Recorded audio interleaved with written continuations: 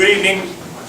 I'd like to call this regular scheduled meeting of Marquette Township Board to order for Tuesday, February 4th, 2014. If you'd all please rise and join us in the Pledge of Allegiance.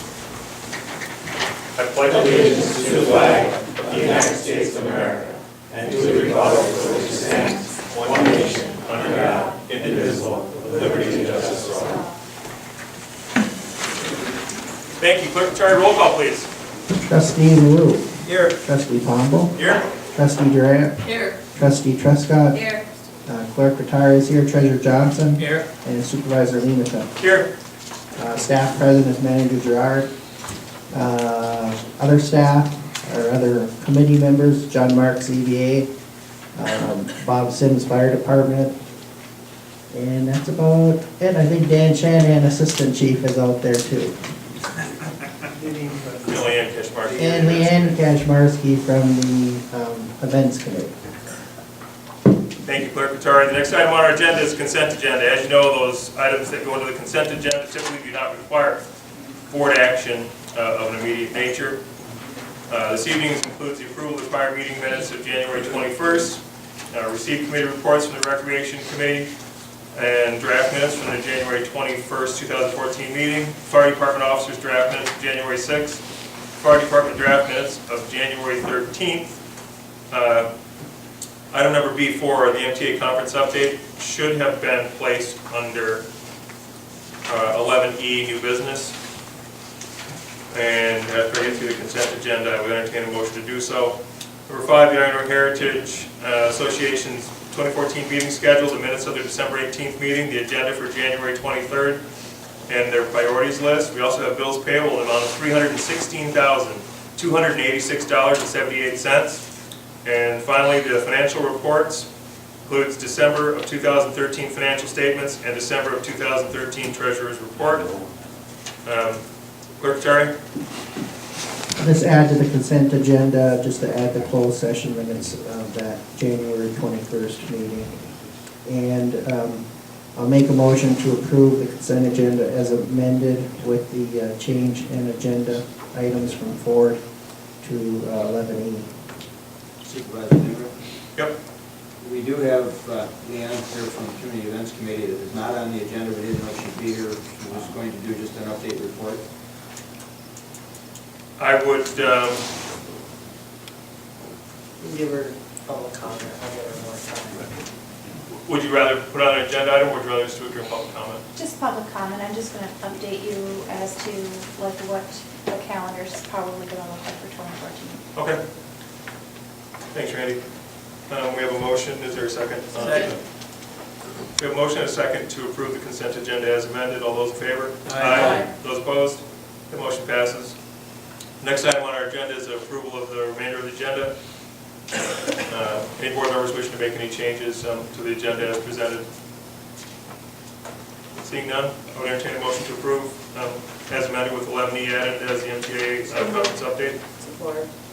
We have motion and support. All those in favor? Aye. Those opposed? That motion passes.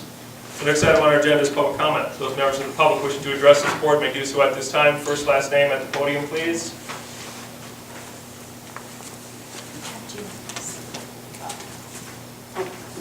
I won't need it. Good evening. My name is Pat Black, and I'm the Vice President of the 4th of July Fireworks Fundraising Committee for Marquette. I wear another hat, which you all know, and I put that aside for this presentation because this is really not about tourism. This is about celebrating a national holiday. Back in August, it was brought to the attention of some of us in, the world that the fireworks in Marquette for next year would not happen unless someone stepped up to the plate to help with fundraising, because as everyone knows, fundraising is tough, and the people that have been doing it, we're done. They left a small portion of money in the fund, and so the committee was formed. We are a 501c3. The money, we have accounts, we're doing everything by the book. That being said, I'm going to wing it a little bit with you, because what this is really about is the fact that unless we fundraise, there would not be fireworks for Marquette next year. However, that being said, we've set a goal of $50,000, and I want to thank all of you right now before I get started in the fact that thank you for your contribution.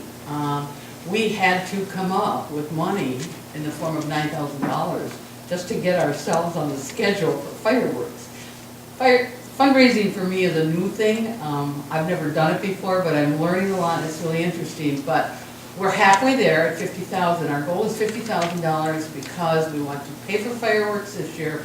We want to leave the 2015 people with some money to at least sign up to put themselves on, the calendar. That being said, this committee is not necessarily going to fundraise every year, but what we're working towards is, we have decided, we looked at what is going on here. It isn't just about the city of Marquette, it's about Marquette Township, it's about Chocolate, it's about Scandia. Everyone enjoys the fireworks. So the committee that we have formed has representatives from all those townships. And it's a great committee because we don't have politics in mind. We just want to raise money to have fireworks for everybody to enjoy. That being said, who wants to go out every year, year after year after year, and knock on doors to the same old people and ask for money? There are other ways to do it. Times have changed, and we have thought about this long and hard. What we are looking for from your township board down the road is that we have approached the Board of Light and Power to help us out. In the lack of a better word, I call it flow-through money. Whether that's legal or not, I don't know. But what it is that we would like the Board of Light and Power to begin on their monthly bills or once or twice a year, have a checkoff for people to donate money strictly towards the Fireworks Committee for Marquette. We have calculated, they have about 17,000 people. If only 6,000 of those people signed up for $1 a month, we would actually every year be able to raise about $82,000. And that money, seriously, down the road, could be used not just for fireworks for the 4th of July, but to fund fireworks for the UP 200, fireworks for New Year's Eve, or to help, in other ways to make Marquette attractive in fireworks or whatever. So what we're really asking for is down the road, when we get to that point, is to take a look at what we're doing and offer some support for us. That is a tough crowd. We've approached them. They've already told us no. We got a letter yesterday denying our request, but we really haven't requested anything yet. So we're determined because we feel that that's the way to go for permanent funding. Believe me when I tell you, we have researched it. We have data available of other places in the state of Michigan that are doing this. It is legal. The state has made it legal.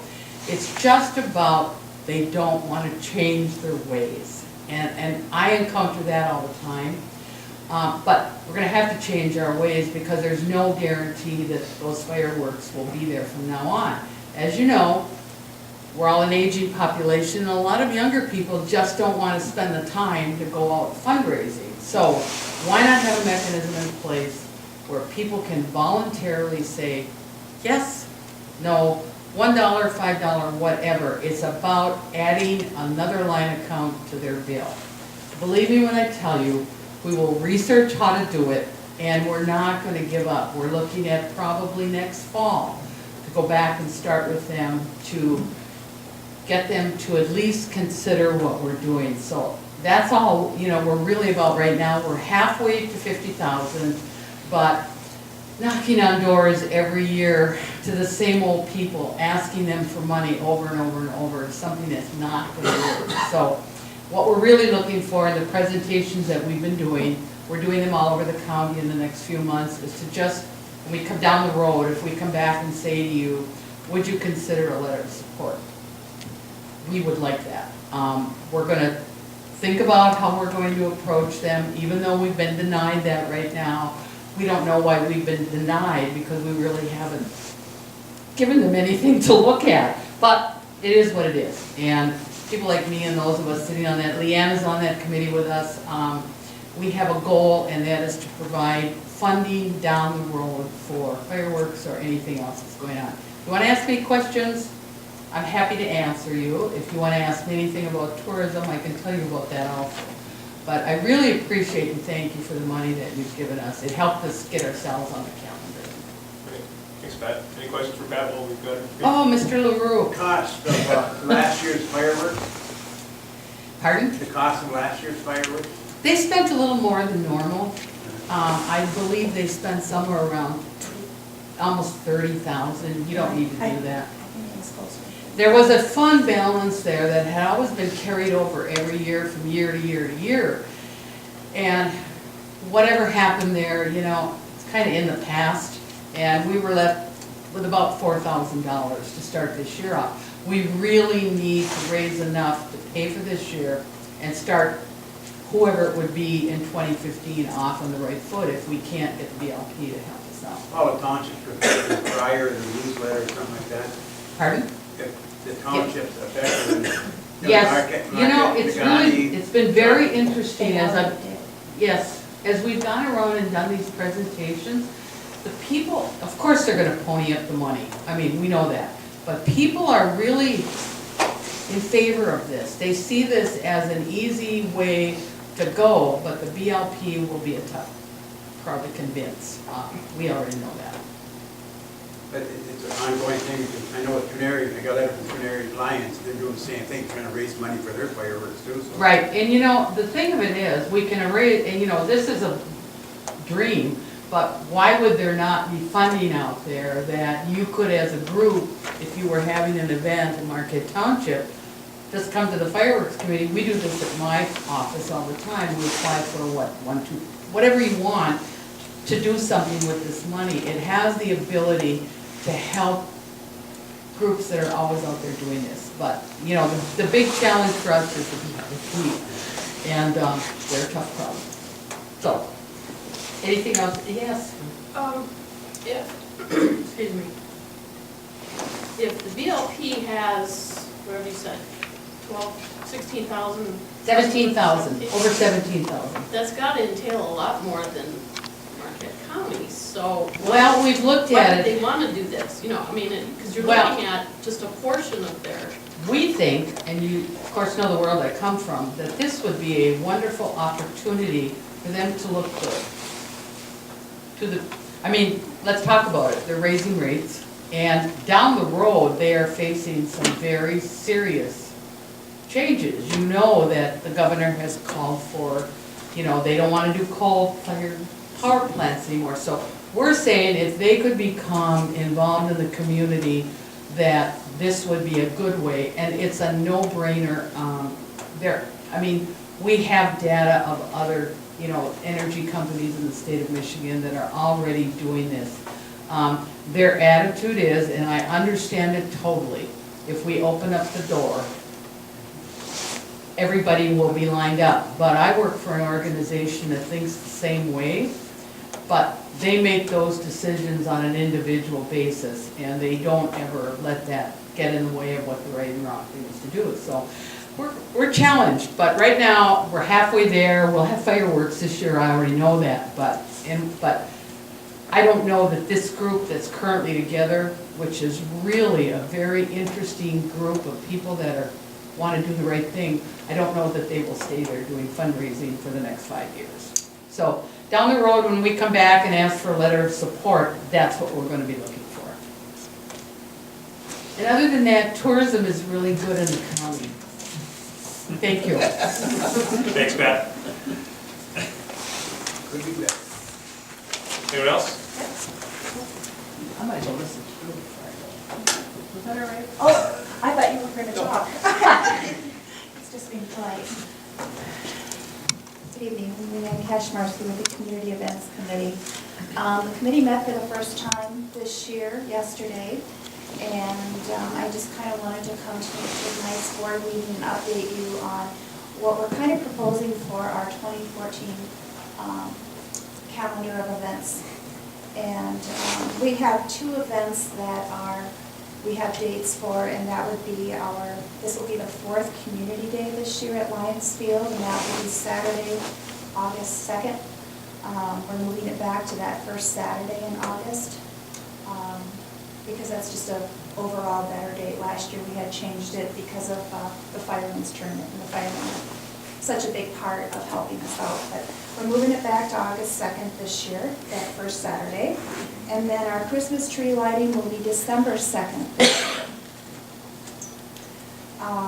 A couple other events that we're working on. We had a couple representatives from the 40 Below group at our meeting yesterday. And for those of you who aren't familiar with them, the 40 Below group is a group of young professional people in the area. With young professional people under the age of 40.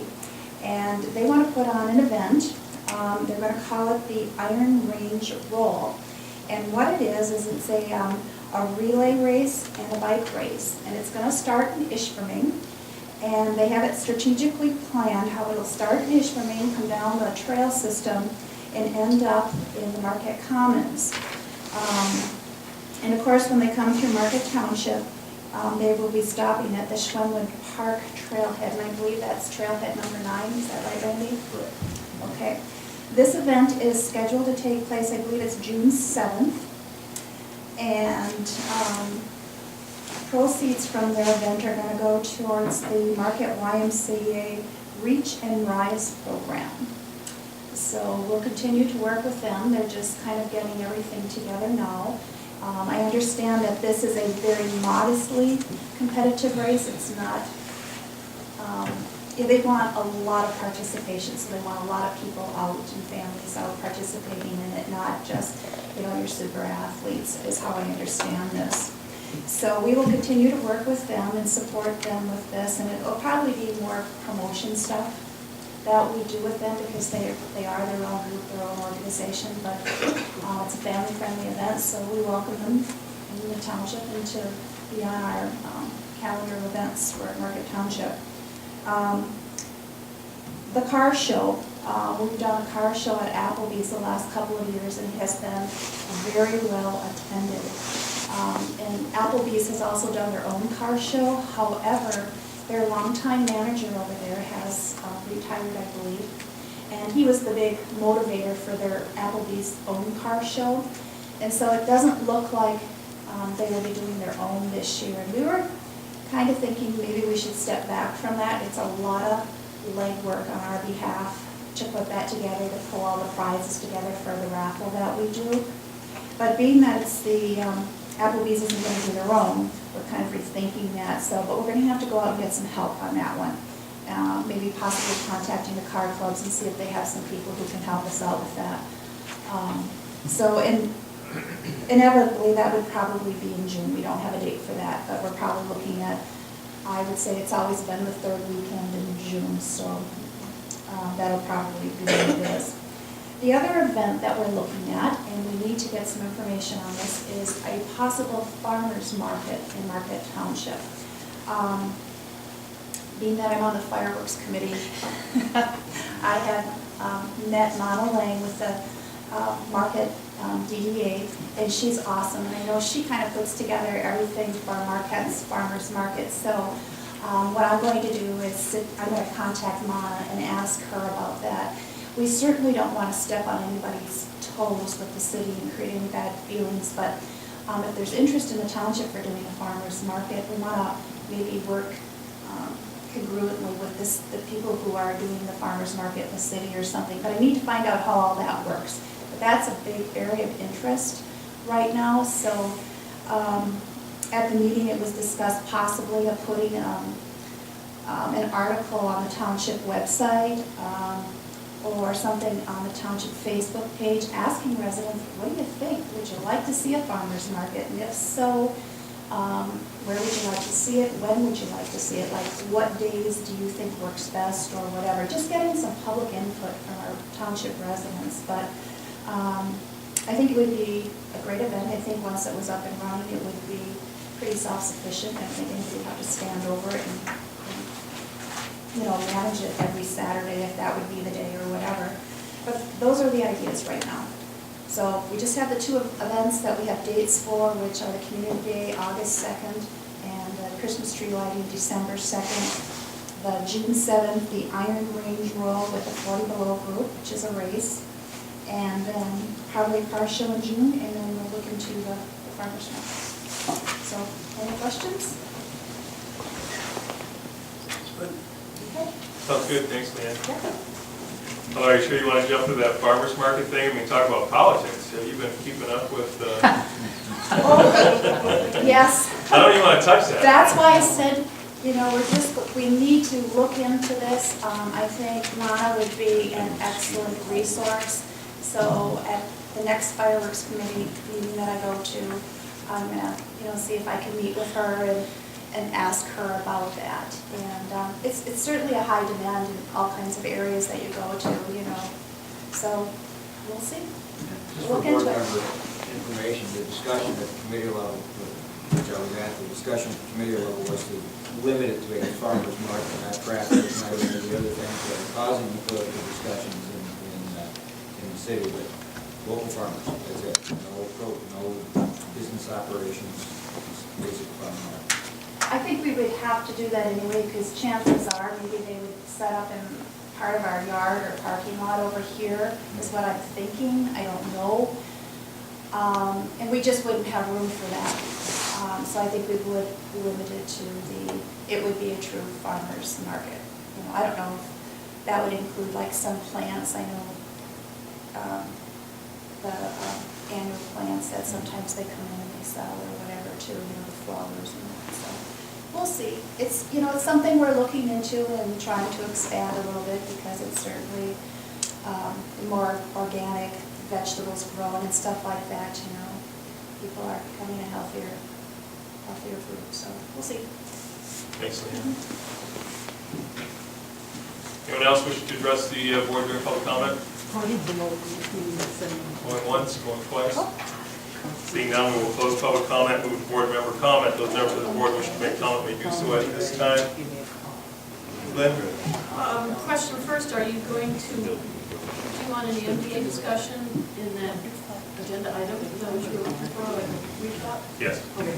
And I'll just give you a quick recap on planning commission. Because it was the night after our last board meeting. You know what? We only really had a couple items on there. Special use permit, we have a gentleman looking at the property south, let's see, next to the Northwoods. South of what direction that is. If you're looking at the Northwood, it's on the left. And he wants to use it, it was a special use request for boat works is what he's called. So I'm thinking that may come again in front of us, but it would be, apparently he has the only shop in the area that can service a certain type of boat. So it's in high demand. So it's one thing. The other thing was we just talked about the proposed zoning text and map amendment. We were talking about zoning for excuse me, forest preserve and scenic resource. And we were lucky enough to have members of the DNR, who, let's see, there were 4 of them, who came and we did a little bit of a work session type thing on how the changes to our zoning would affect and their regulations and how it would affect us. And it was very enlightening.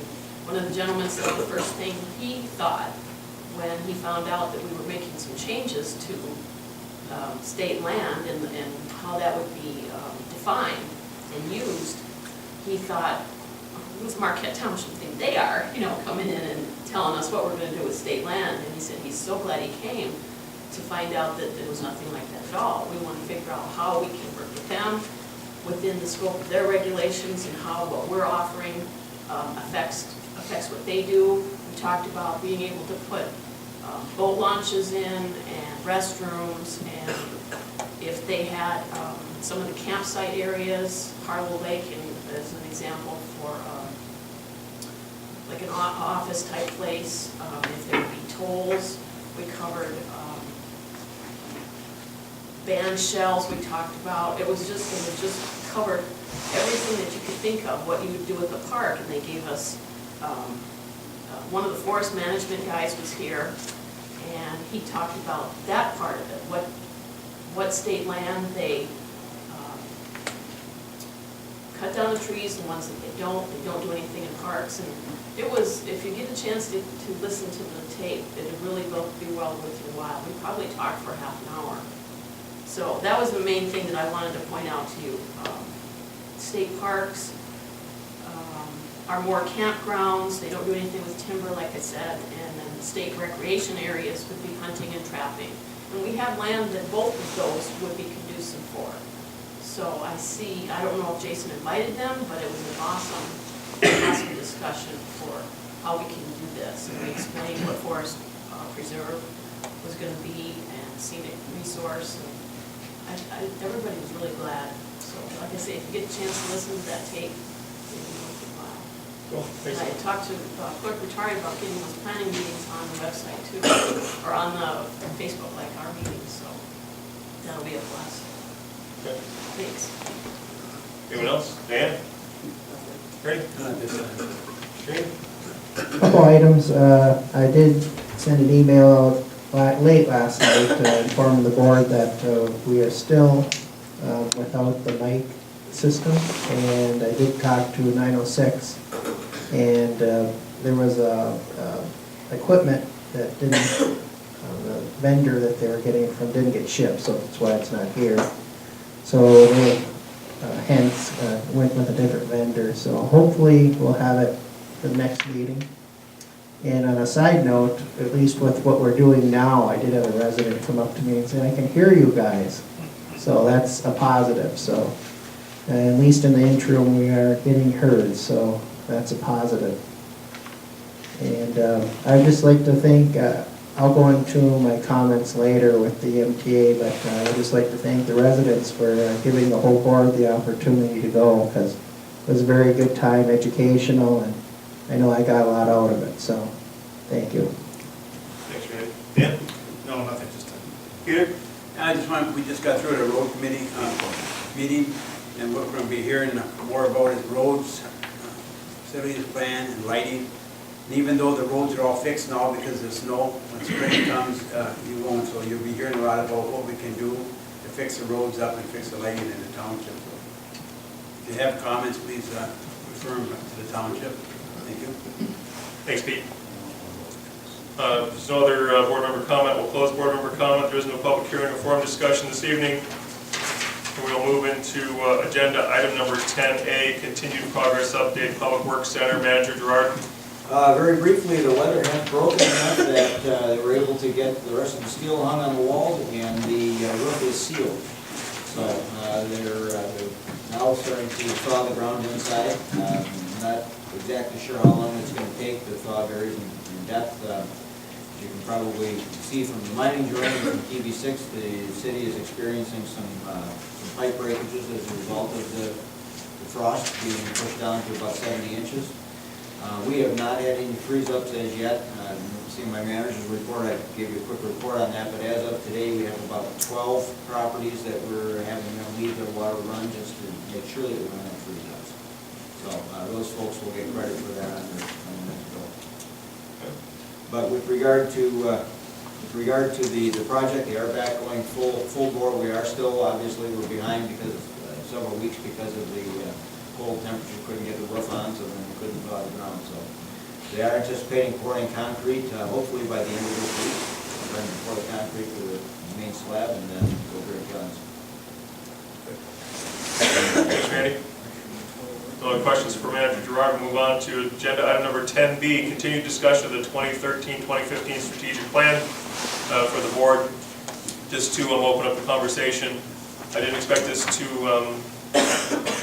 be moving to adopt it once we've opened up a lot of questions about what that strategic plan means to us and how it ties into other documents. The conversation that we've had over the course of the last couple of meetings, and last week, some of the board members had the opportunity to attend a meeting at the MTA that talked a little bit about strategic planning or master plans and the importance of capital improvement planning. I'd love to have hear from them about that in particular in relation to our strategic plan. I also sent the board out a copy of another municipality, downstate, Grand Rapids Charter Township's capital improvement programs. I like their layout, I like the completeness of it and how it ties in with their strategic planning. So I just want to open it up to the board at this point, and I think, I'm not looking for us to come out of here with a motion other than I think that our next step in our strategic planning process should probably be our joint meeting with the Planning Commission, and to help us kick off part of that conversation as we adopt our strategic plan moving forward. But I think, Dan, I know you were there and Len was there for that meeting on Tuesday at the MTA, and wonder if you care to comment on that? Please go ahead.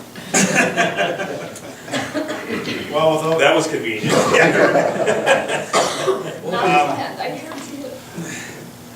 well, it'd probably pretty much be my synopsis for my trip down to MTA when it comes to that. So that's about the week. Now, actually, I felt that Lynn and I attended the meeting. It was an early meeting on Tuesday, all day Tuesday, on the defining your township's future, land use, defining your township's future. And actually, most of it was pretty much the board's involvement with the Planning Commission and how we work together. And it really brought a lot home that I never really realized. I think it was an excellent class. And it also got into the CIP as well as the master plan, which we talked a lot about the master plan and a lot about CIPs and how important it is to define the future of the township. I think it was an excellent class. In fact, we talked about it afterwards about maybe bringing the man that gave the class up here and allow a lot of the other boards around the area to attend the same class. We both commented we were redundant. If we would have had this class prior to our budget meeting, it would have been a lot different. I think in budgeting, we would have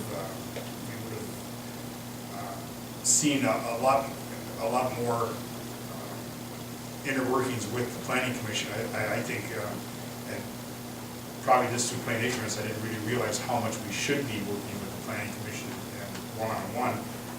So that brought a lot home. I really did very much enjoy that. As to your CIP that you sent us, I think it's an excellent CIP. I think it gives us a vision as to what is needed, and it lets us decide where we want to put our money most of all. It lets us pretty much dictate where we need to move our money, and to me it's a lot better budgetary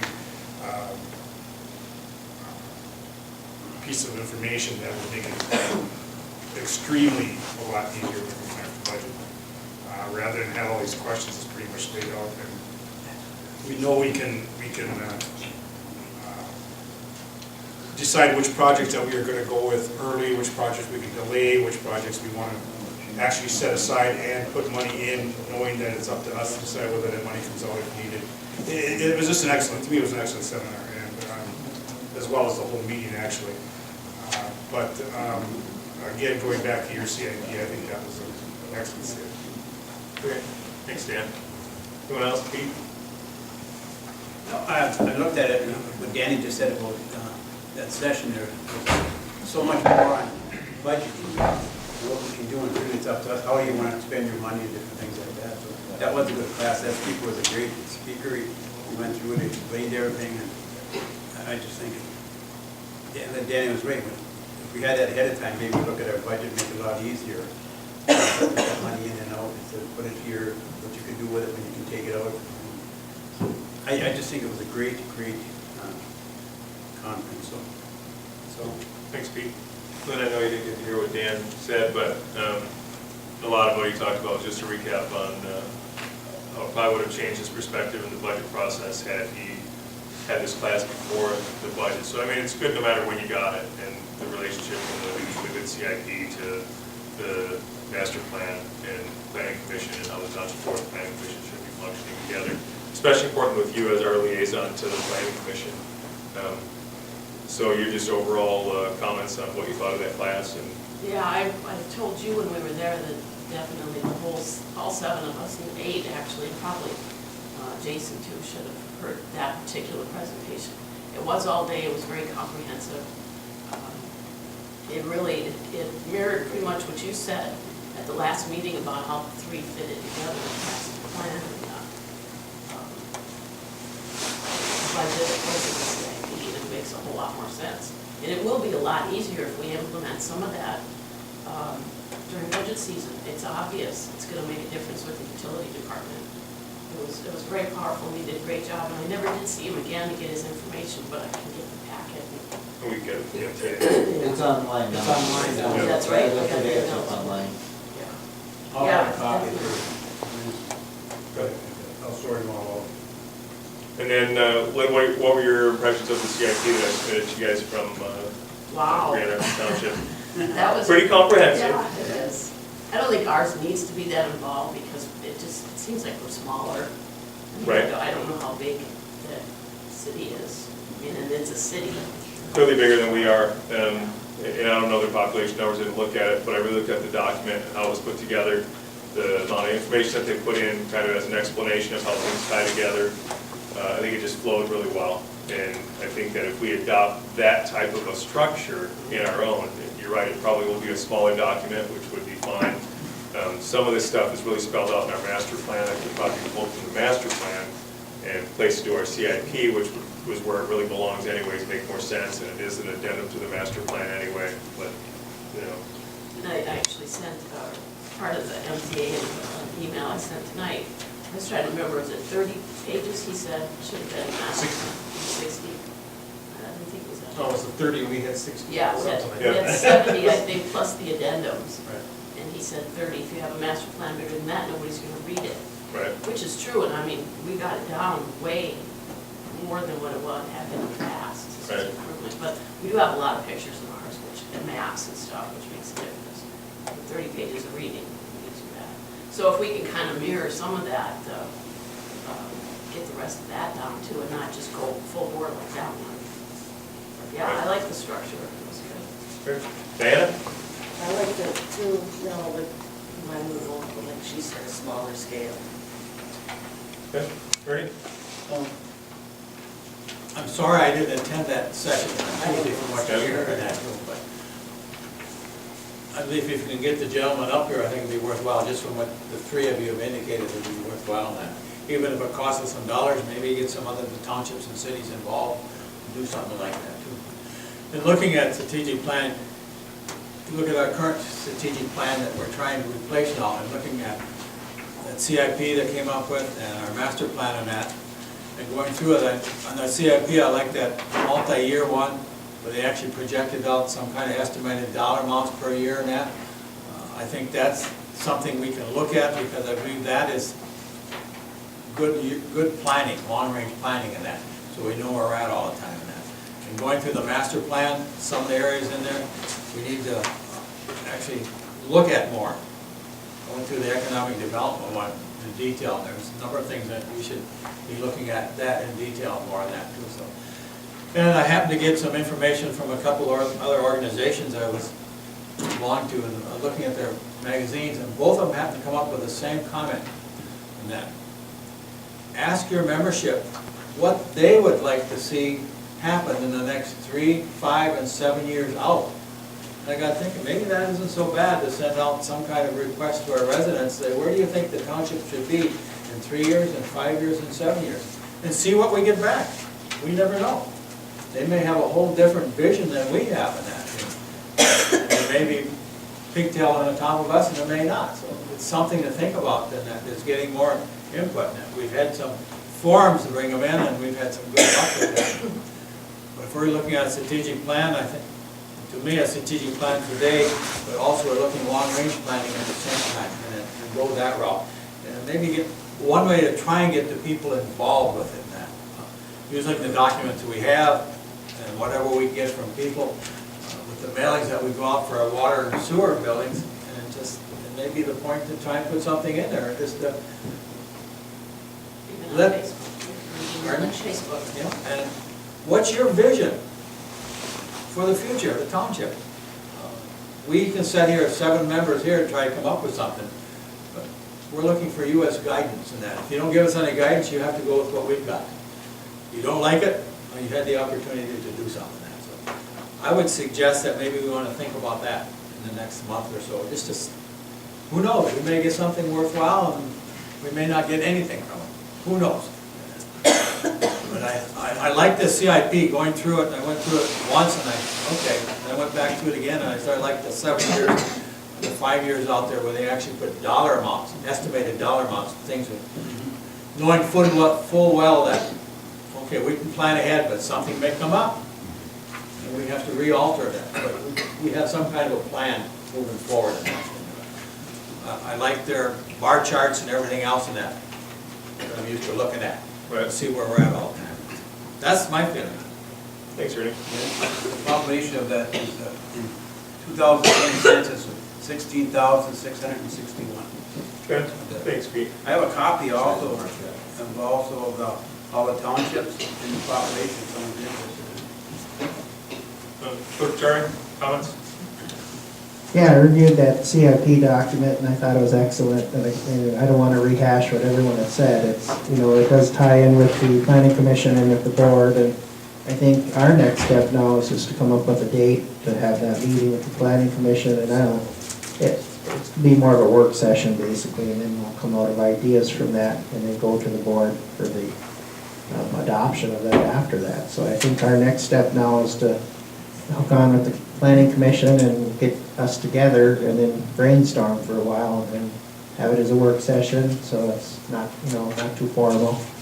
And then bring the ideas out of that and, create our new strategic plan for the next few years. So that's my comment.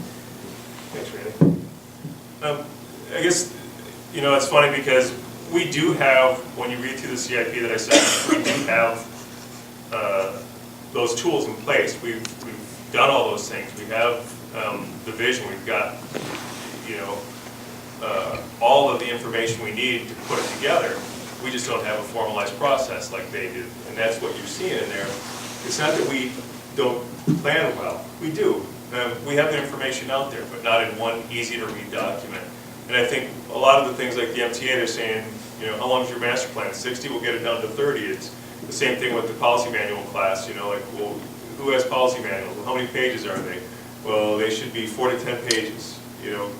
It's about broad-based statements and goals and objectives, not minutia. And it's about, that whole movement is, and sometimes you see what happens, you get so excited about the document you're putting together because it's the future of, the future of the township, it's your vision, and you get so excited about it that you start to put more and more, what about this and what about this, and you're taking in input from everybody.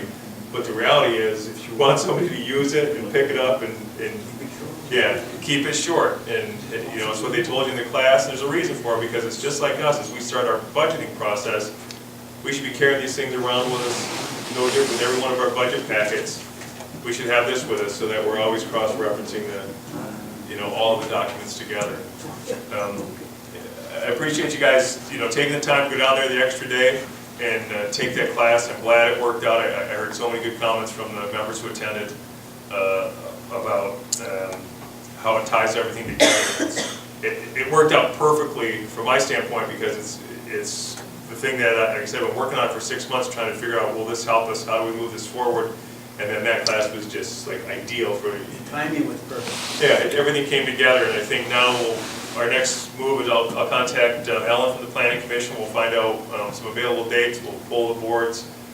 We'll sit down in a work session, and we can share this document with them and start getting some feedback together. And it's probably going to change our documents and how we plan, and that's a good thing. I think if we can make them more concise and make them more workable, make them usable. I think we have a great master plan.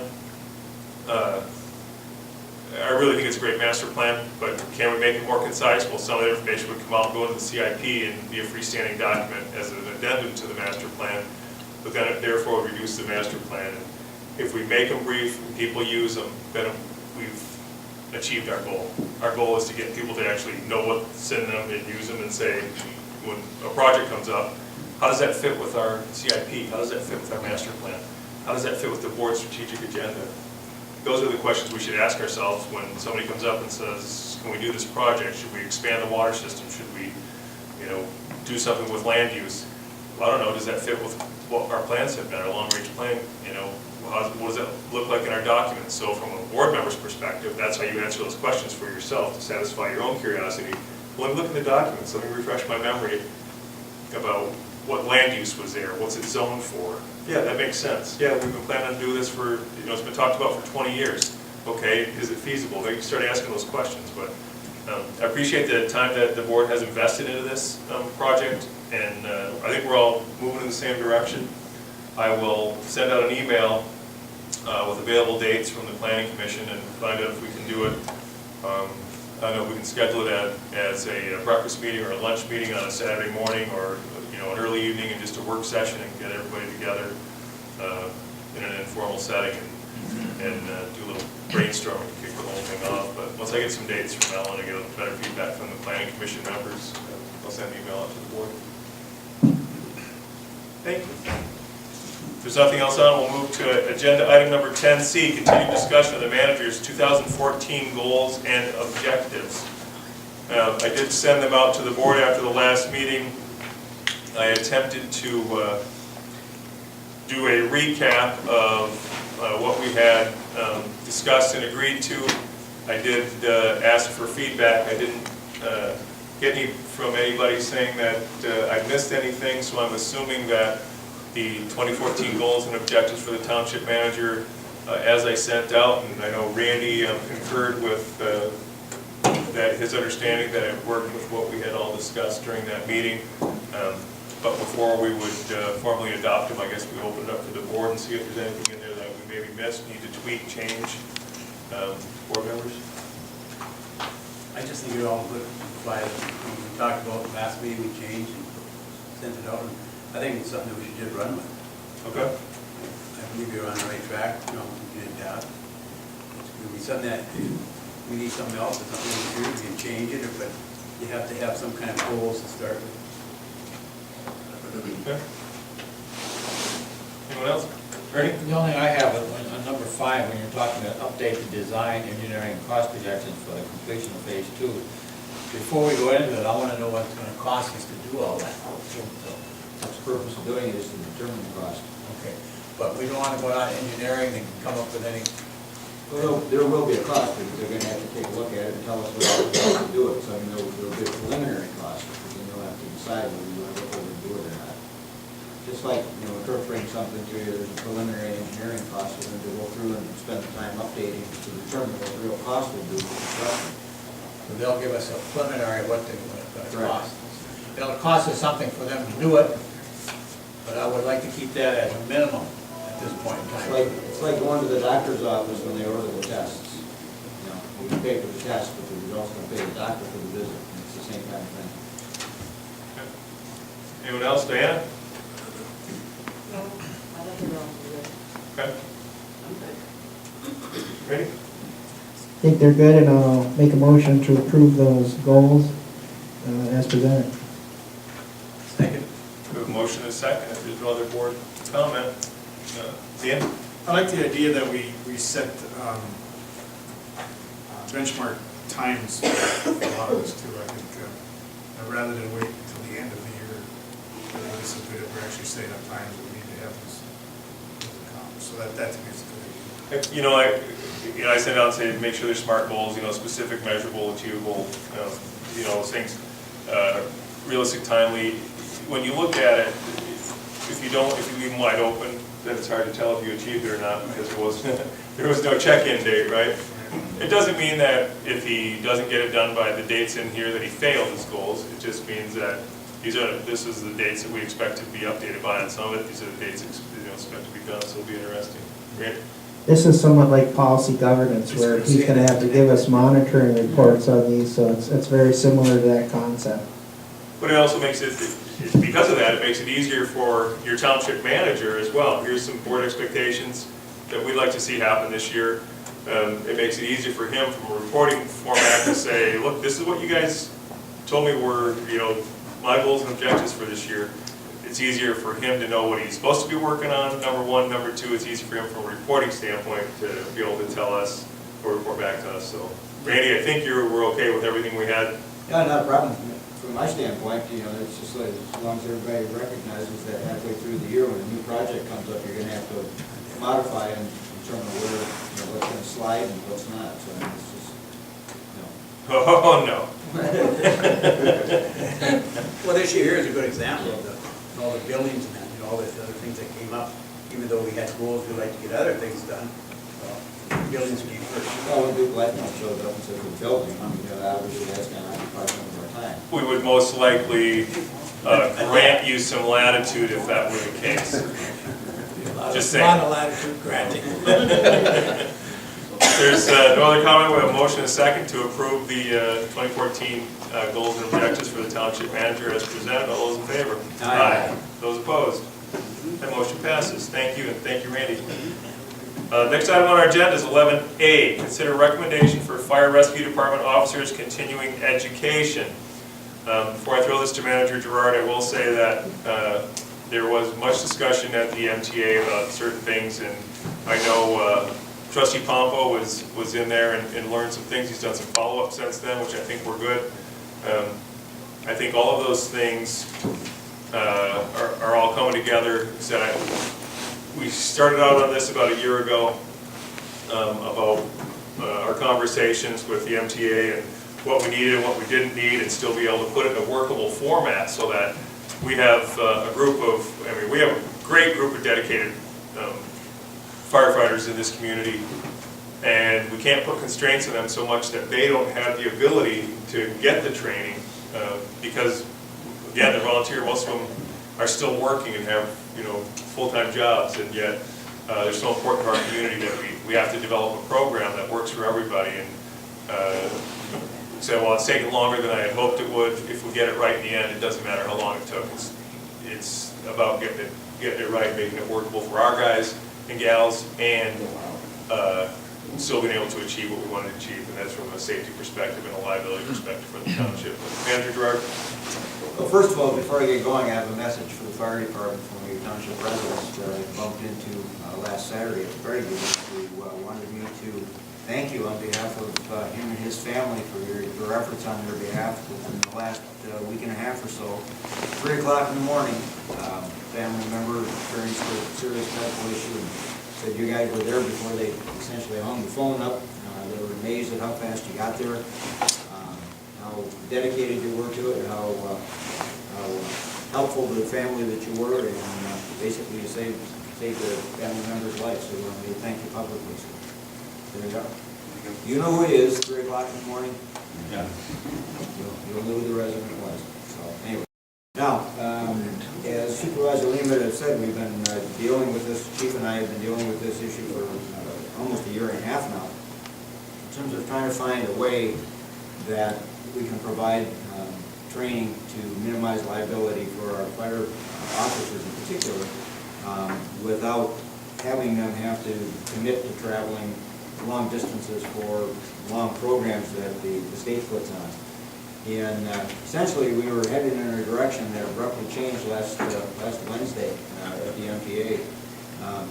Trustee Pompo, Trustee LaRue, and I were all three in the session in the MTA program dealing with standard operating procedures for fire departments, which was very highly attended, much more so than the MTA thought it would be. We had 85 people in that session that was originally planned for about 30 to 40.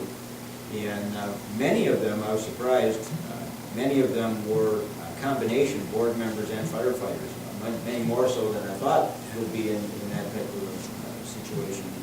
Really, it was an excellent discussion, point-counterpoint type of discussion. And during that process, one of the participants indicated that the township downstate, Hamilton Township in Bay County, had developed an online training program that they found to be very successful. And Trustee Pompo talked with the individual that made the comment. I didn't have the opportunity to do that, but I did get the information from him. And when I got back here Friday morning, I contacted the chief down there in Hamilton, Randy Vandenboom. Just happens to be Vandenboom is his name. I thought that was kind of strange, but anyway. Talked with him for quite a while, and he basically verified that they had, their training officer had developed such a training program, but it was basically geared to their department. It wasn't so much the command officer or things such as that. It was more to their department as a tool for their members to be able to do their in-house training, basically at their own opportunity and leisure. Basically, what they did is they went around, as for instance, with all of their apparatus and equipment. They videoed all of the apparatus bays and all of the equipment that was in the individual bays, basically, so the firefighters could, at their leisure, basically go online, access the program, and refresh, their own training. Really wasn't what we were looking at doing. But in the course of the conversation, he then added that he was an instructor at Delta College. He was an adjunct professor at Delta College down in the Bay City area. And that Delta College had developed in their fire science program, they have an associate degree program in fire science, they had developed a module for Fire Officer 1, Fire Officer 2, Company Officer 1, and Company Officer 2, which is what we've been looking at. That's an online, doesn't require any classroom participation. Individuals enroll in the class, they take it online. At the end of each of the modules, there's an online test that they log into. They take the test. If they pass the test with a 70% or greater, they're done with that portion of the module. And if they complete all those modules, they get state certification. So it's approved by the state. So I've been in contact with Delta College. What I passed out to you now just in that packet, the first half of that is dealing with MIOSHA Part 74, which was amended in June of 2013. That talks about fire service basically from a MIOSHA standpoint. Now, this is not from a state certification standpoint or firefighter training council standpoint. But this is from MIOSHA, the Michigan Occupational Safety and Health. Folks that come around and inspect and find it, they don't comply with things. Anyway, it lays out from their standpoint what the updated requirements for fire services are. And part of that is, at the very end, there's a chart for training that MIOSHA wants them to have, which the Delta College program will satisfy. So the second half of what you have there starts with the admissions at Delta College, and basically then that identifies their fire science associate degree program. If any of our firefighters wanted to participate and get an associate degree in fire science, they could do it through this online program by taking all of those courses over time, obviously, not full time. But if they only wanted to do the Fire Officer 1, Fire Officer 2, Company Officer 1, Company Officer 2, they could take only those parts of that one module on leadership. So we're in the process of getting signed up for that we will be able to make it available to our firefighters at their leisure, on their own time, on their own schedule. They check in online, sign into it, get into the program, do an hour, 2 hours, 3 hours, whatever they want to do. Finish that module, then take the test at the end. It's on record. We have it for our record, basically. They provide it to us for our record. So we have it on file that the training's going on, so it basically satisfies our liability question. When I asked him, how this was working in terms of access and being able to get on it, he said, really, there's no limitation on numbers of people that can be on it at the same time. They have firefighters as far away as North Carolina that are involved in the program and participating in it. Now, they're not going to be certified by Michigan, obviously, but they're in it to take the classes. So that's the direction that we're currently heading.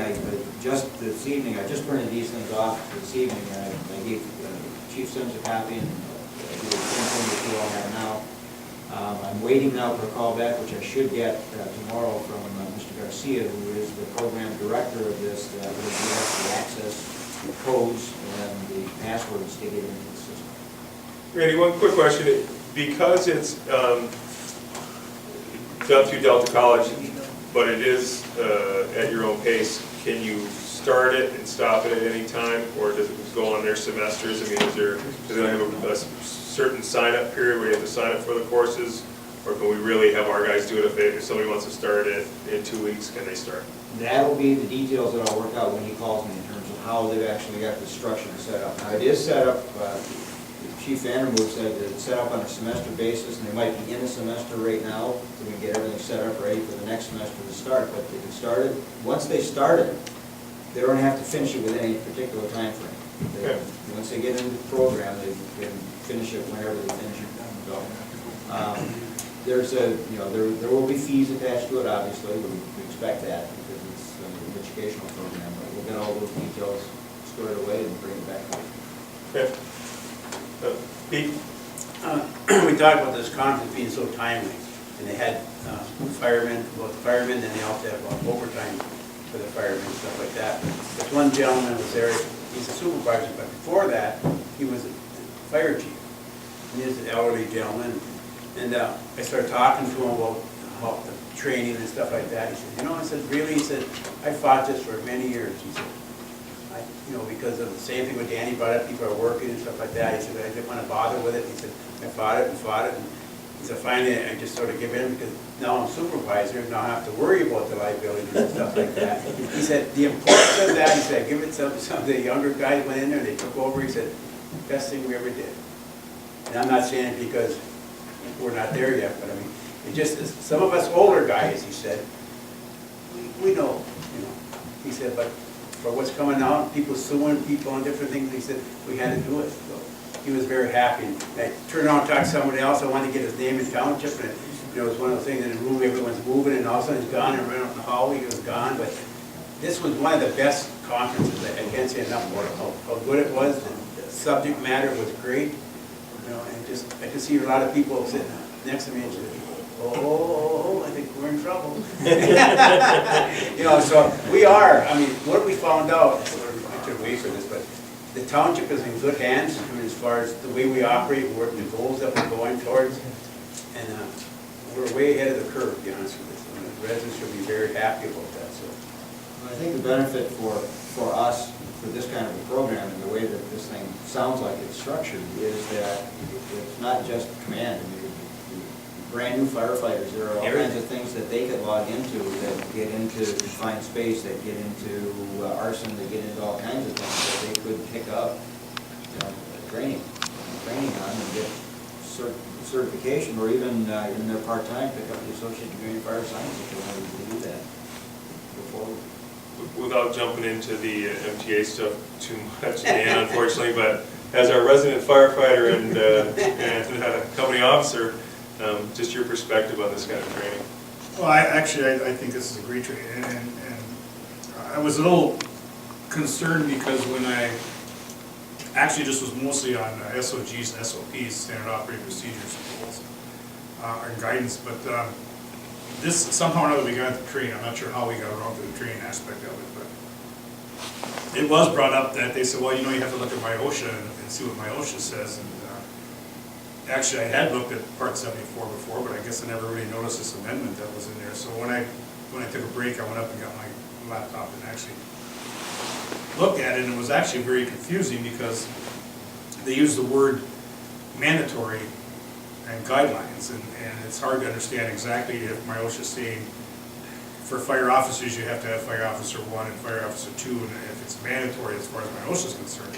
So when I got back, I actually called MyOSHA because I said I needed a clarification on it, and what the lady told me is that it's not a mandatory requirement, it's a guideline to what would be nice. She said that if they were to ever actually stop us, the biggest concern they're going to have as an officer is whether he understands the incident command situation of the fire service, which is also a module in there. So that's their biggest concern, whether or not we had fire officer 1 and 2. I said, so we could basically, if we wanted to, take parts of fire officer 1 and 2 and whatever combined. She said that'd be fine. But their biggest concern is incident command. And that's one of their main concerns. Just dovetailing on Trustee Pompo's comment, basically, he rightly, this was being done by Power Plant, which is our insurance carrier, basically, the Michigan Power Plant. They have our liability insurance as well as our workers' comp. And so they were presenting it from the standpoint of standard operating procedures and guidelines. And how the discussion got on the training is one of the people in the audience asked the question. Actually, it was a question about the chief. There was a supervisor who was standing in the back of the room. I think he was standing next to you, wasn't he? Standing next to you. He said, hey, I got board members that want to give my chief some difficulty. We've got 3 different job descriptions. What does a chief really have to have? And that's what started the discussion about training and requirements. Got us to MyOSHA. Danny's right here. you know, MIOSHA is just a state department, and they're not, it's not like the training council that said you have to have this to get this kind of certification. They're the ones that come around that it's a guideline, and it's, you know, they just want to see it until you don't have it, and then you get a big fine. You know what I mean? So, I mean, that's the way MIOSHA kind of works. Their guidelines are kind of like, you know, eat your mashed potatoes or don't get away from the table, you know, kind of thing. So, but anyway, I think from the standpoint of what Delta College has developed, and it sounds to be very successful from the people that I've talked with, I think that might be the ideal thing for us, if folks can do it on their own. You know, 3 o'clock in the morning when you get back from a run and you can't sleep, you know, jump on the computer and, for an hour or whatever and do a piece of the module and whatever. Good, Dan. And I think that being able to do it online, I think, is an excellent opportunity, because it doesn't tie down a person to have to be in class every 3 times a week or whatever. It gives them the opportunity to do it on his spare time, and when he has a chance, and not dictating it, says, okay, you've got a semester to do this, and you better get it done, or throw it. Now, I know it's going to cost money, so I guess that's where the biggest thing is going to cost, is what it's going to cost us. But I would be very interested in that. I did also send on to Chief Ben an email asking about, because I also like the idea of the fact of doing some of our training that we have for the department, because people can't make it to a shift work and stuff like that, and makeup is tough, being able to put it as an online thing. So I'm hoping that we get some feedback on how exactly we did that. Yeah, we do. In fact, I did talk with their training officer, a fellow named Chris Pitcher, and he said, I made it, he did it, you know, he's the one who did it, he said certainly to make it available to us, so. Because they also had, Department can get a hold of it. they also had a test, if I'm not mistaken, yeah, too, that you had to pass. Cool. So Same thing. it wasn't just read it and that's it, you had to actually take a test. That's Yeah. cool. They have a quiz attached to it, and just like Dan says, so you've got the documentation, training officer has the documentation, and then it's actually done. Sounds like we're heading in the right direction. Any other comments? The only other comment that I would make is that, you know, there is going to be some kind of a admission fee or whatever with this. There's a local government, and I would certainly hope that the board would be in a position to be able to fund that for any of the officers that want to participate in it, at least for this first go around. I think we need to look at the cost involved, but yeah, I think that it's, you know, it's the board's direction that we want to see the training, and I think it's a great opportunity that could be a win-win situation for everybody. Great. I think go along with what the manager said, as far as cost-wise, we're looking at possible liabilities. Big time. And to me, if you talk about liabilities, you're talking about trying to fund this so you don't have the liabilities in that. Right. So we start looking at this and opening it up to anyone in the fire department wants to go, because it's going to benefit us, maybe not today, but a year from now, depending on how many go through it. Everything is for the future. It's an investment. It's a very good investment on our personnel in that too, all the way down the line. Great. Chief, you heard everything. Any concerns? No, I didn't.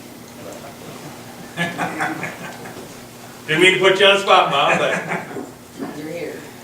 You know, and we've been, like Randy said, we've been working on it. And we have had classes with Chuck Booth, who's a regional instructor for UP. And so we've been working towards it. And I got an email today from, I think it's Action Training. They do the same kind of course that's Randy's talking about. So maybe we could both of them together and see what one's gonna be the best for us. Might be cheaper not being, you know, hooked up at the college. But it was 64 pages to hell out. They cover everything. okay. But you can do it online up to 100 people if you want. Yeah, I think the online thing is a key because of the challenges that it presents otherwise, and us being able to say, if you're interested in the training, we'd love to have you have it, the board will support it, we'll pay it for you to take the training, but, you know, you can do it on your own time. I mean, that's we're making a lot of good concessions for everybody, you know. We end up as a township with better trained, you know, and certified, potentially, firefighters with more state certifications, and reduces our overall liability. Win-win situation. And this program here, it was, you can sign up for a 5-year period. on, on what courses you want. So you pay for 5 years and it's 24/7, it should give you Take it at your pace or Yeah. okay. you take it whenever you want, and I forwarded you an email on it. I just got it today. Good, another one to compare and contrast to, that's good. So, any questions for Bob while he's here? Thanks, Bob, appreciate it. Yep. And I'm not gonna have anything left to say what you need. I've been trying to reserve something for you. But one of the things that we did on our Tuesday meeting that we did, was told of us, was actually that the board should actually make a policy that first-term planning commissioners as well as ZBAs attend training yearly, and make it a requirement for reappointment, especially the ZBA, because the ZBA creates the laws that the only people can change is the court system. So, to make sure that those people really understand exactly what's going on. I know Lynn heard the same thing. He strongly recommended that those commissions have training. And I think that's something we need to look at. The MT does do their on-the-road training and they bring it up, so yeah, it can make it easy for everybody, I think it's a good idea. Is training like that available through other than MTA, or is MTA the only one that does something? No, the Michigan State does the Citizen Planner Program, so there are various places they. We've got the Northern Michigan Public Service Academy up here that will look for topics to do, so I mean, we've got a lot of avenues that we could approach to try to find the best way to accomplish it. Yeah, good stuff, thanks. Thank you, Randy. Next item on our agenda, 11B, consider proclamation for the Pigs and Heat Relief Fund. In your packet, you saw the transmittal we got dated January 21st from Tom Belt, the City of Marquette Fire Chief, and really asking us if we would be willing to support a proclamation from our township in support of Pigs and Heat recognition, and they sent us a Word document as a template of a typical proclamation in support of Pigs and Heat. I included it in the packet because I assumed it's something that this board would certainly be in support of, and then Clerk Vitari would have to be the one who came up with the actual proclamation. So, Randy? Basically, the only thing I'd replace is on the top. We're going to put our township logo and such, but the rest of the verbiage would be the same. So basically, we're just looking for board approval for the proclamation. Dan? And just to make sure everybody knows what Pigs and Heat is, I suppose if you have any major fires where people have actually lost their homes, it's the organization, that's the hockey tournament, or hockey game we see every year. The funding is there to put the families up in a hotel for a certain amount of time. And I wholly recommend it. In fact, I'll make the motion to do the proclamation. Second. Motion is second. Clerk Vitari? Okay, so the week of March 9th, 2014, we will proclaim Pigs and Heat Fire Relief Week, and that's what we'll be. I'll be putting this proclamation in the minutes as presented. So, and I think that's the week of a game of the hockey game also. Ernie? I think along with that motion, indicate that the supervisor will sign. Actually, I think it's the clerk. The clerk signs it. It says signature on mine. Yeah. Well, you can have the supervisor or the clerk sign it. It's your preference. Yeah, it doesn't matter to me, as long as someone signs it. Any other comment? Seeing none, the only thing I would point out too is they have in the middle of the proclamation where since 1984, $350,000 has been dispersed to individuals and families that have experienced residential structure fires. And I think it's just such a huge positive impact in the community if you're ever, or you or a family member or a loved one ever has to go through that experience and you are devastated, don't know where to turn. This is designed to get you through that first few days of of now what, where do I go and where do I turn? It's such a great charitable cause to support. If there's, you have to do a roll call on a resolution, or are you okay with a? It's actually a proclamation, not a resolution, so I don't think you need a roll call. No roll call on that. So we have a motion and a second to support the resolution for the Pigs and Heat, proclaiming the week of March 9th as Pigs and Heat Fire Relief Week. Have the clerk sign it. All those in favor? Aye. Those opposed? That motion passes. Thank you.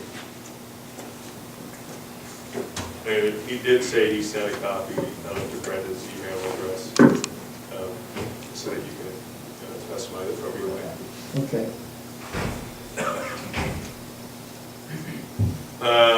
Next item on our agenda is consider the 80-20 resolution. As you know, the board adopted, as recommended by the state of Michigan, under the Publicly Funded Health Insurance Contribution Act, Public Act 152 of 2011, that if you are going to comply with the act, that governmental units will go to an 80-20 split on the amount of health benefits that are paid by the governmental unit, 80% being the governmental unit and 20% to the employees, that we needed to pass a resolution. And I think we have to do it annually. Is that correct, Randy? Correct. Each year is renewable. So we do have this one in Clerk Attorney. Okay, it's not a very long one, so I will read that. And it's the resolution for the 80-20.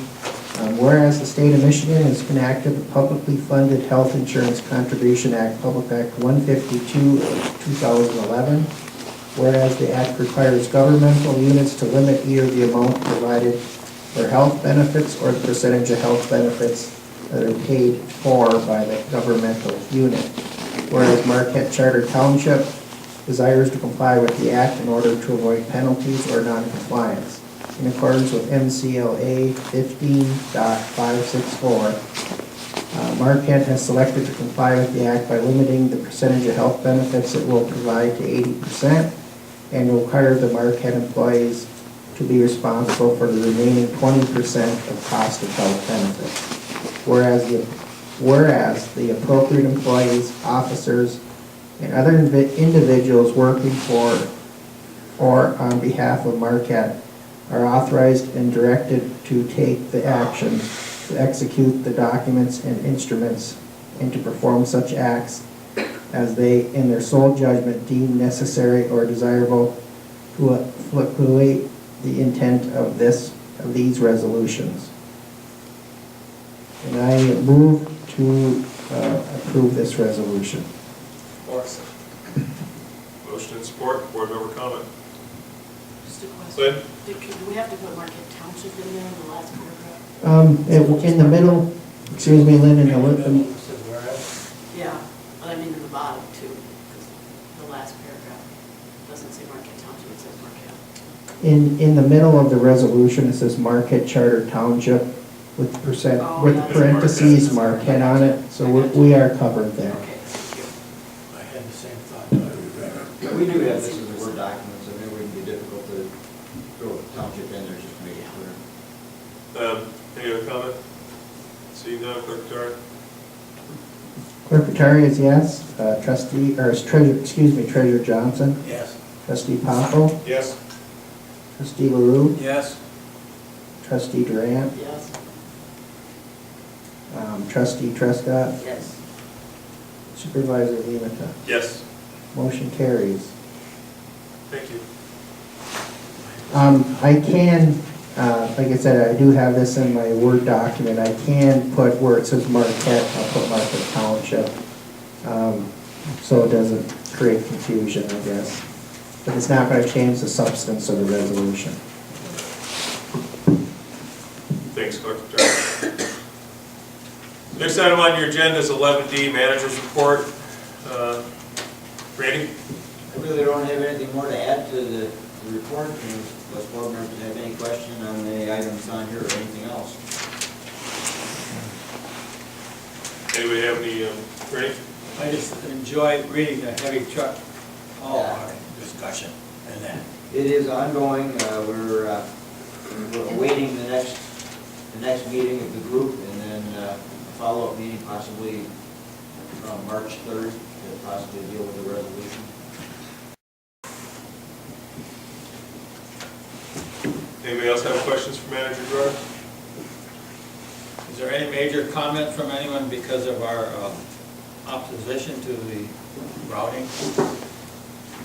Well, really, the opposition that we have isn't necessarily to the routing, it's to the artificial placement of all of the east and southbound truck traffic coming through the corridor. And that's been a position that we've taken with the city of Marquette, that for us to be supportive of any kind of an alternate route, we would have to have the city of Marquette providing a route through the city for the east and southbound traffic. We do not want to host that traffic in the corridor.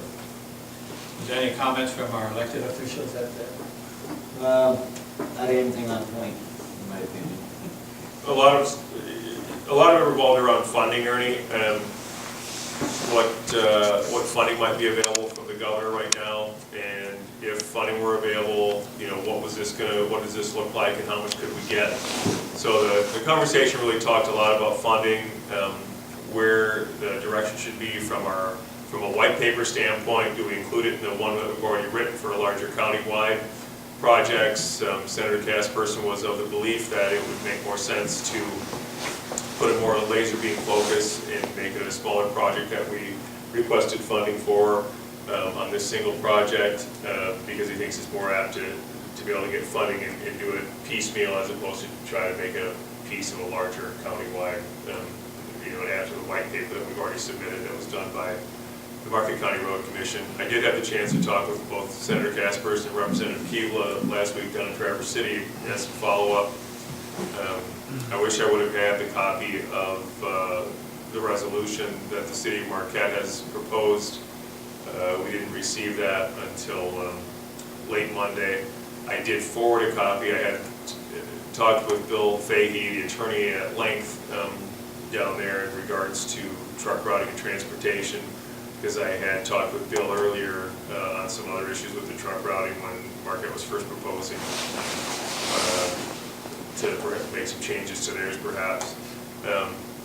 I did forward him the copy from the city just to get some comment back. I expressed my concerns with what I saw when I read through there. We'll see what Bill says. I should be able to talk with him at some point tomorrow, get some feedback on it.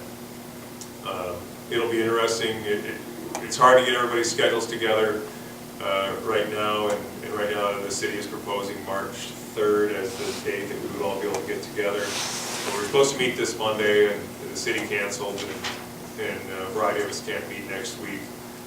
So it is looking like March 3rd before we ever actually get to sit down and look at this. It will delay any movement on our discussion group, because I don't know what we would get together and discuss if we don't have the resolution taken care of. It's one of the things that we as Marquette Township, and I know that Bill Carlson from Negaunee Township and Darlene from Powell Township shares our concerns. If we can get this right and move forward, then we can potentially move forward and see if that truck route is even viable, right?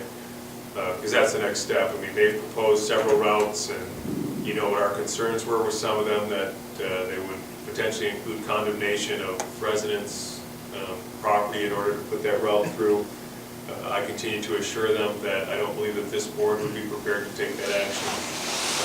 After last week, I have reason to believe that Negaunee Township's board is no more inclined to take that action than we are, because a far western parcel lies in Negaunee Township.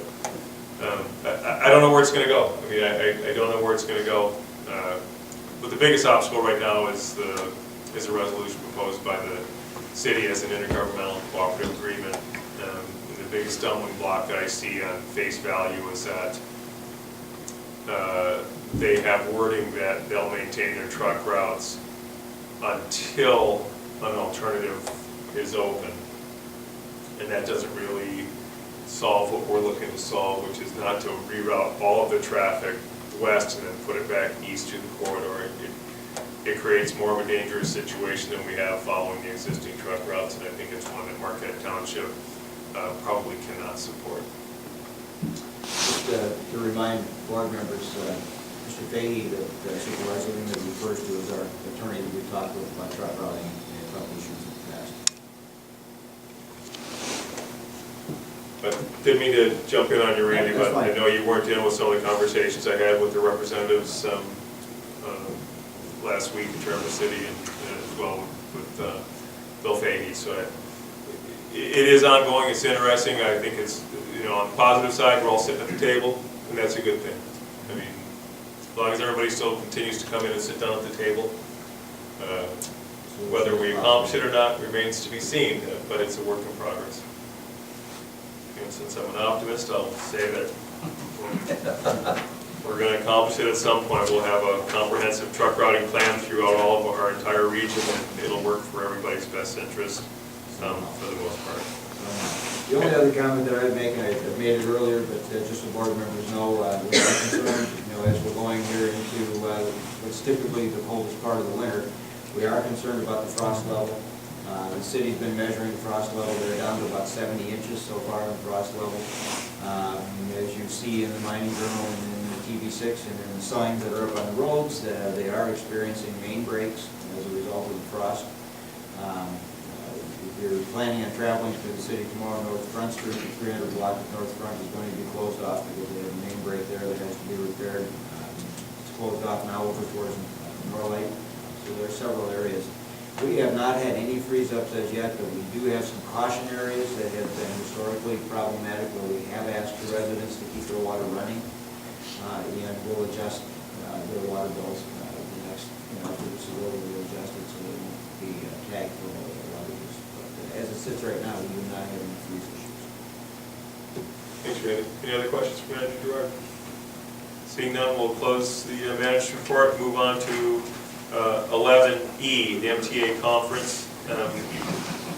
Rather than have everyone write, although I'm not against it if you want to sit down and type out a recap of what your week was like down in Traverse City. But I wanted to have everybody, I wasn't about to require a written recap for it with such short notice. We didn't get back until Friday. And try to have it ready in the packet just seemed unreasonable to board members. If you guys want to see everybody's recap, we can certainly make that a requirement. We include a consent agenda in the future, but I thought given a verbal report, talking a little bit about what the highlights were, what sort of classes you attended, and your overall impressions of the MTA. Dan, I'd have you go first, but we already know. Well, I do have one more thing. But if you want to open it up, Dan, please do. I did go to an assessor class, which I thought was very helpful for me because I really wasn't that into assessing that much before, so I did learn on that. And Lynn and I both attended a legislative, two classes actually legislative. One the legislative updates, and the other was with a meeting with the legislators, some legislatures that were there.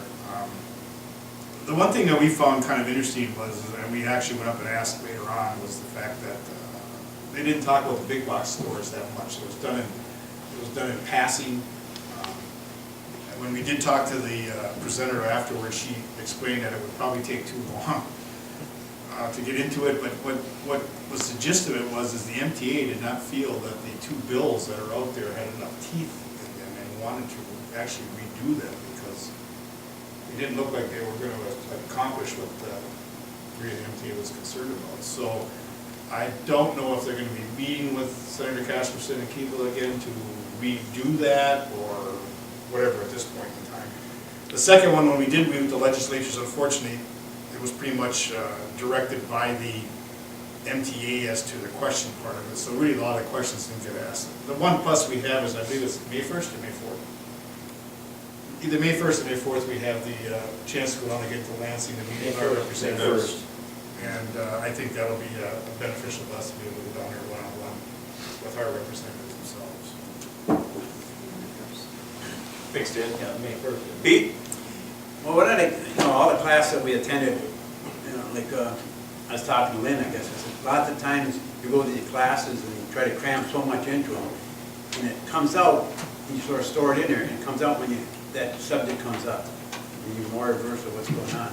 And it was a very important conference for us because I said, like I said earlier, timing of the subjects. But just a couple facts about that.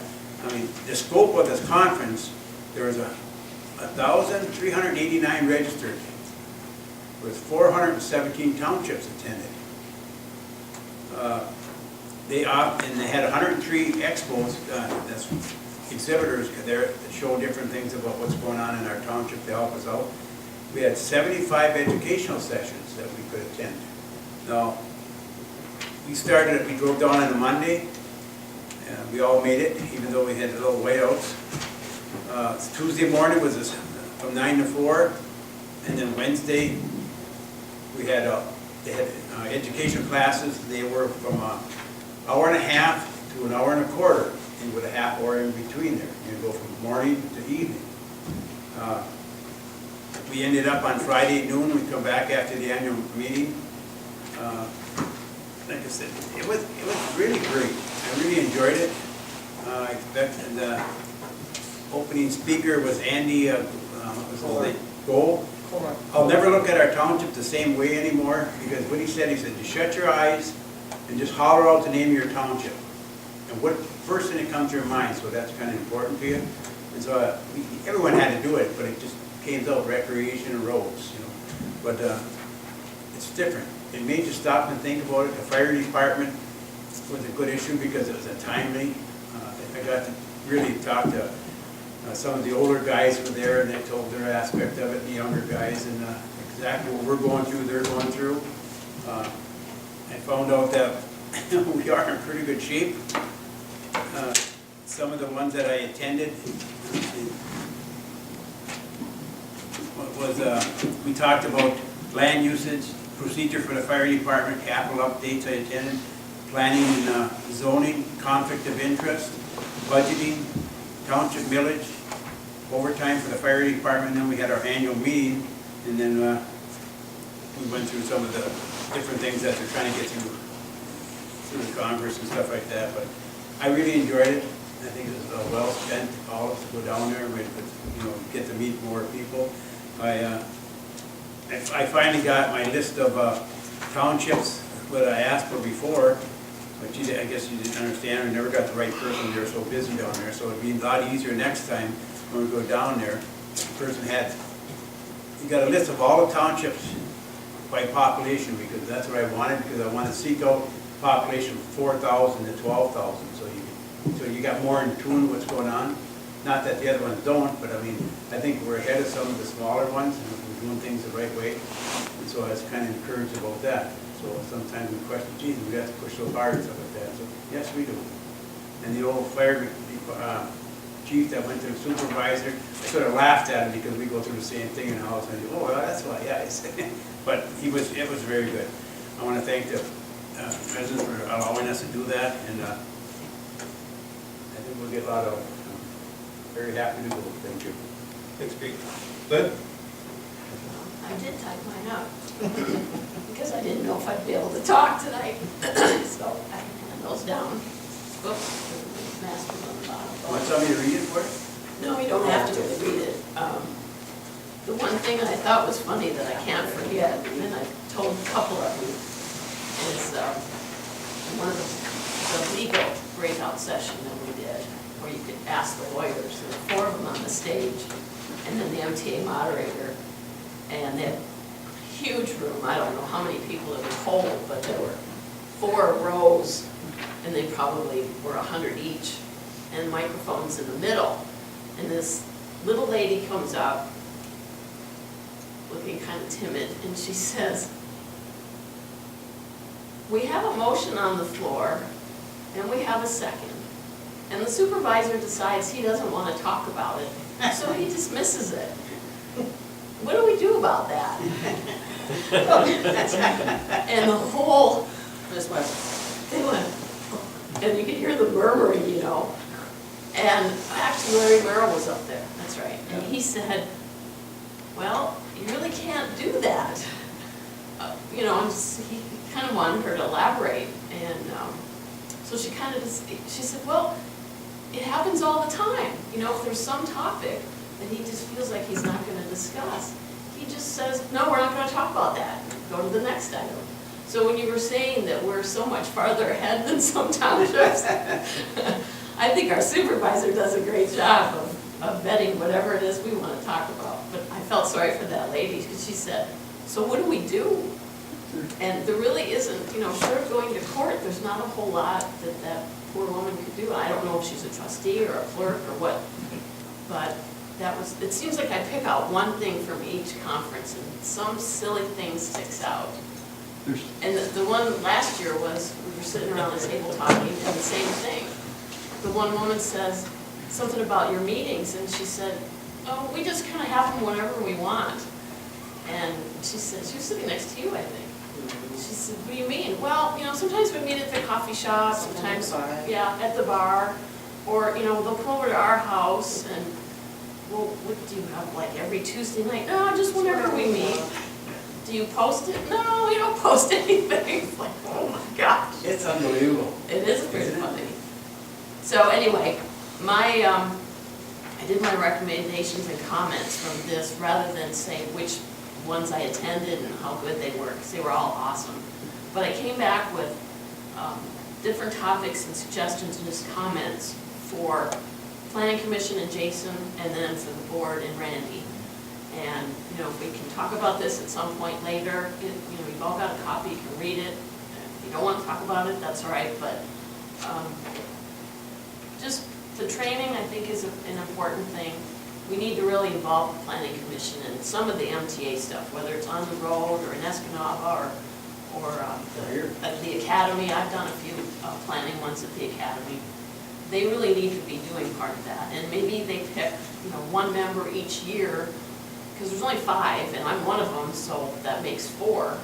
And the term is 3 years, so, you know, each one, you could pick 2 and let them go to MTA. They got a ton of planning things.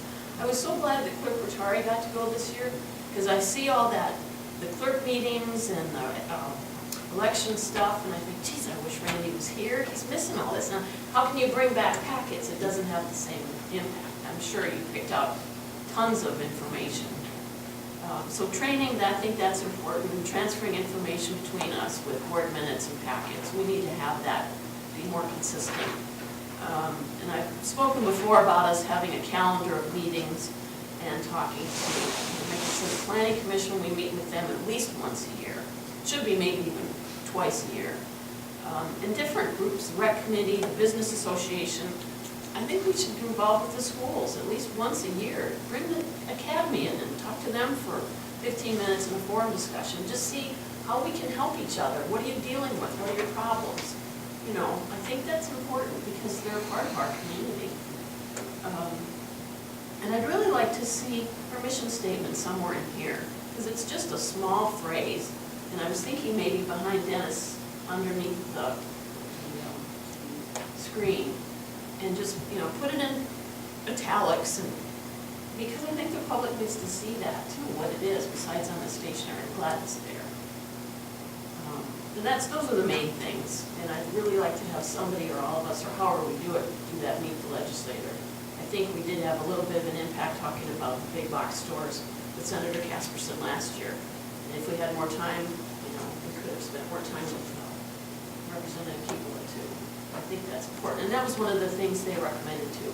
You've got to connect with your legislators somehow, at least once a year. Yeah, and make a list or an agenda or one item, you know, whatever you think is important, so you keep that dialogue going. So that's kind of the highlights of what I took. Diana? Well, the MTA meeting was called Harvest the Knowledge, so that just gives everybody the, you know, the classes to harvest all the knowledge that they can get while they're there. And I attended, like Lynn said, Ask the Lawyer, which was, they would ask the lawyers questions, and which was good dialogue there. And I went to, the next one was from the host speaker, which was you must be present to win. And he also talked about like what you can do for yourself to help your, be more, how would you even say it? Like drinking water more and turning your heat down, and so you can be more productive and eating the right stuff. And It's about being refreshed and renewed, yeah, right? he was talking about that kind of stuff in the sleep So you zone. brought these, right? Right. Yeah, see, so I was trying to get you guys going on some sugar. Yeah. And then I went to working with boards and committees, and like Pete said, it was about that, but as far as our township goes, I think we're doing good with the committees and the boards, and we know their direction, we know what they're doing with, you know, more than some other townships that I noticed down there, like who was in charge and stuff. And into the grants, and I brought some papers back on that because I didn't know much about grants, but I figured it's something we can all, you know, look up on, and how to get grants, and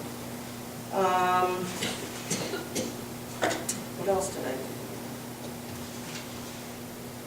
Playing nice in the sandbox, you know, negativity in the public meetings, and they talked about community comments, and it said for that class was to respond in a proper mindset and tools to stay above and dealing with difficult situations. So, just different, that's about it. So Diane, if you had to take away one thing, like one takeaway, you said, I came back from Traverse City with this one thing, what was it? That I'm a leaf on a big oak tree, I'm just one leaf on an oak tree. I love it. I love it, thanks. Ernie? How to follow that? Yeah, it's a tough act to follow, man. I feel good. I'm just only one leaf. I got the You're a rake, leaf you're saying I gotta make too. it We're all all. leaves.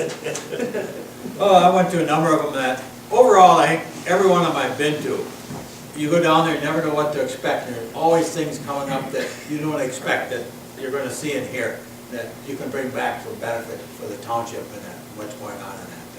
It's a learning experience every time I go in that. And there's two sides of it. Sitting in the classes and listening to what's going on in that. It's sitting at the coffee hour or at night at hospitality rooms, talking to people. And at times, I don't know where you learn the most. When you start seeing what some of these other townships are doing, and you kind of look at them, how are you getting away with that?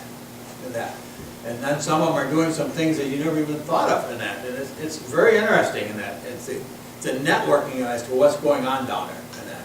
So if someone just goes to the meetings and just leaves, you're missing out on the other aspect of it. It's talking to everyone within not only UP, but the state itself, and what's happening in that. So I went to a number of them in that. I'll highlight a few of them. One of them, make the most of your software, and that was put on BSNA. And I kind of figured that they're going to be selling their stuff. But the slant they took was utilizing your software to the benefit of what you're doing in the township. And try to utilize it in such a way that you're saving time in that. Look at everything in that. Don't just buy the software, just do it. See how you can use it to benefit everyone in the township and all your departments in that. That was kind of the gist of it. I get back to it's a vendor selling something, but you have to kind of pick out what he's talking about and go from there. And then I got into revenue streams and the way you look at revenue streams as to you have to examine the millages and the fees and special assessments and what's legal and what isn't legal, what you can or can't do. And the problem is the individual talking was talking about 15 mills and 17 mills, and someone corrected him real quick. You're talking about township. We only have 10 mills maximum. We don't have that. There's no millage in that. Right now, I have to assume that he was looking at a city environment, not a township environment. You can do all this stuff with money. Someone popped up and says, we only got 10 mills maximum. We don't have this like the city does. So he had to change his presentation a little bit. So it gave you a few ideas in that. Then one I really enjoyed, and I don't know if Dan went with the living with your joint service contract. That was very, very interesting. Because they're talking about a joint agreement. I got back to looking at this, talk about recreational stuff, well, all that. And some of the things I wrote down was length of service, time frame to review it. What is the value of each that you're going to get out, and the definition of the assets. And this said, be concerned when you're setting this all up, if you're going with a tax. And this says, be concerned if one party has a DDA, and all of a sudden, lights went up real quick. The DDA will capture that percent doing it, and that, right off the top. And then I got looking at all the other nonprofit entities within it, and they says, rather than a tax millage, go for a special assessment, and then you hit everything. And then they said, if you're talking about a city and a township, one big entity and small entity, look at a blended formula, population, property values and that, rather than just across the board. Link the contract, and after the contract has been terminated, what happens to the assets? But I was more concerned with DDA and blended formulas and everything else. That really hit home real quick in that. Brownfield authorities. Yeah, all that, so, and when they said special assessment, they knew exactly what they were talking about. So rather than looking at a tax, which has been discussed a lot, 1 mil or whatever it is, go with a special assessment, then everybody pays it then too, so. So that was kind of one of the main things I got out of that, but just looking at that end of it at the same time. Then I went to one with the GASB 54, looking at what GASB and everything else about. And internal service funds, they're talking about on equipment. Rather than each department having equipment and paying for it, to have a, I don't know what a rental type department where all the equipment is there. Internal services. And then everyone rents it out that way. And then, I can't remember the exact wording, but it comes back to that one department, or however you want to do it, is overseeing it. And they said that works better because then the costs are for that individual. You're only paying for what you use in that. You charge for it. You charge back to everyone. An example of that is Marquette County. The county government does that with all of their IT. They have an internal services IT department. They own all of the IT elements throughout the county, and each individual department pays for the use of it, basically. It's like you said, it's like a rental, a lease, basically. All the money flows through that one department. I couldn't see us doing it, but it's possible that we could, at some time in the future, think about doing something like that with the equipment and that. As we get a little bit bigger than that, who knows? And vehicles would be a good... Vehicles would be the only thing we would have at this point in time in that. Well, let's see. Budgeting elements, that's fund balances, future capital needs, looking at all these, trying to plan out into the future and that. Something that we're doing right now. I went to personal property tax and that was very interesting because they went through that quite in depth. The legal counsel from MTA legal counsel was there talking about it, and they started talking about the $80,000 plateau. If you're under $80,000, you get out of that. But he says that's a little deceiving because if you have a $10,000 computer in your room and you have a copier worth $80,000. That's $90,000 that you have there. It's when the assessor walks into the room, it's what they see. Everything that's valued there. Doesn't make any difference if they own it or not. It's what's valued there. They may only have to pay taxes on the $10,000, but they don't fall under the $80,000 limit. And he had lots of questions when he brought that up, real quick in that. There was quite a bit of discussion there.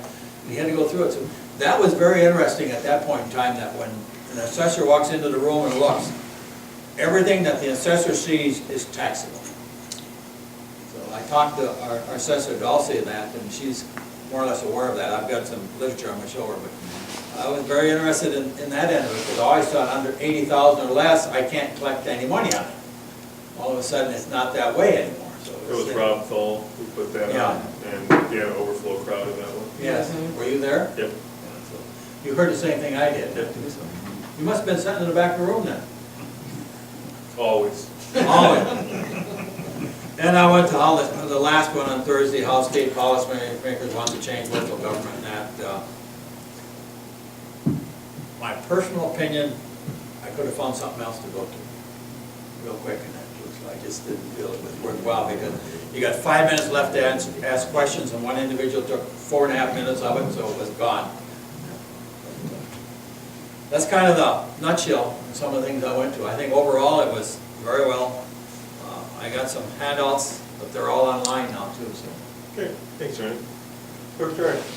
Yeah, again, it was a very good conference. Of course, I kind of concentrated on the elections part of things and the Open Meetings Act and minutes courses and such. But I attended on Tuesday there was a course on file retention and records, and that was good. They had a gentleman come in from the state and talked about your records and how long you should retain them and such. And I do have to follow up on that and see how our policy is on that, but for the most part, I think we are doing a good job on that. So I'll follow up with Lois and the manager on that and see where we're at.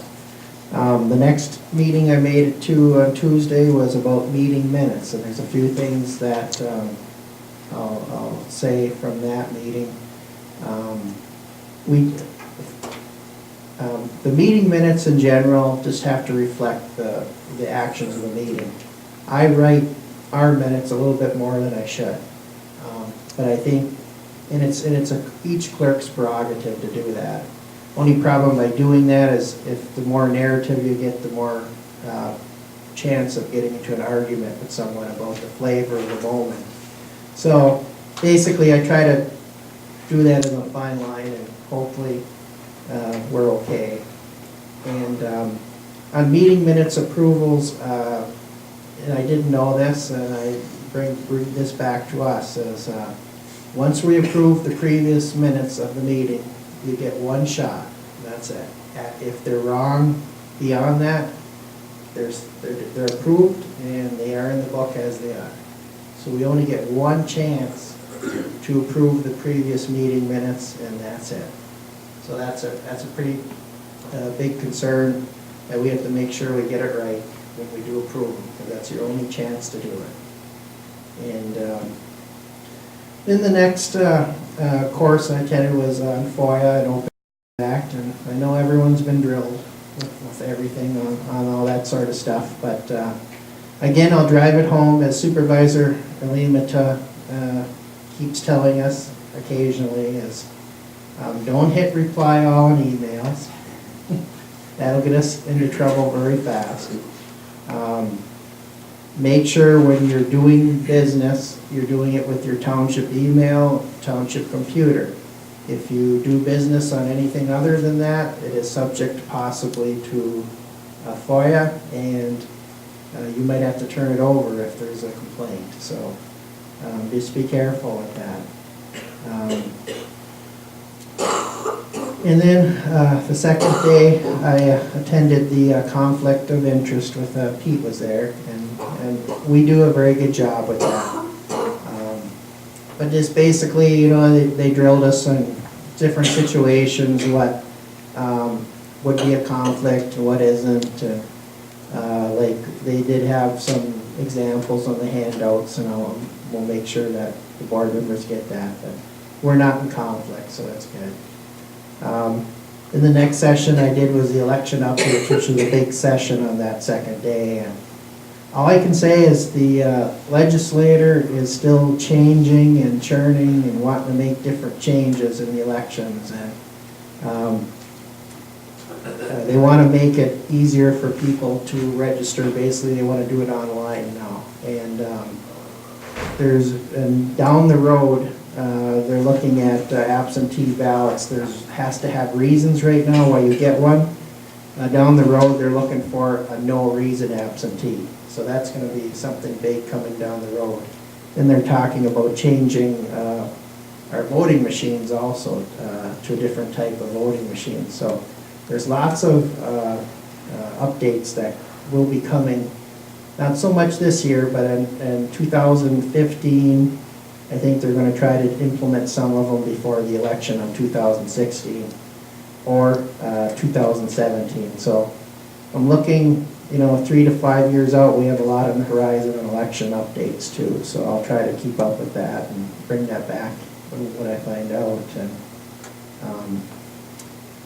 And I think I then attended that social media class. And again, it goes back to FOIA and it goes back to open meetings and standard policy for information. You got to be really careful what you post online, because a lot of the cases that the lawyers are taking up nowadays are because of online posting and social media stuff. So we got to be really careful on how we do that. And I guess in a nutshell, that's my report. And bringing back to the board, I think My thing is we do a good job here, and that's my main concern, and we'll try to keep up with what's going on, and just, again, like to thank the residents for being able to go down there. This was my first time, and I will go again, so I thought it was very helpful to go.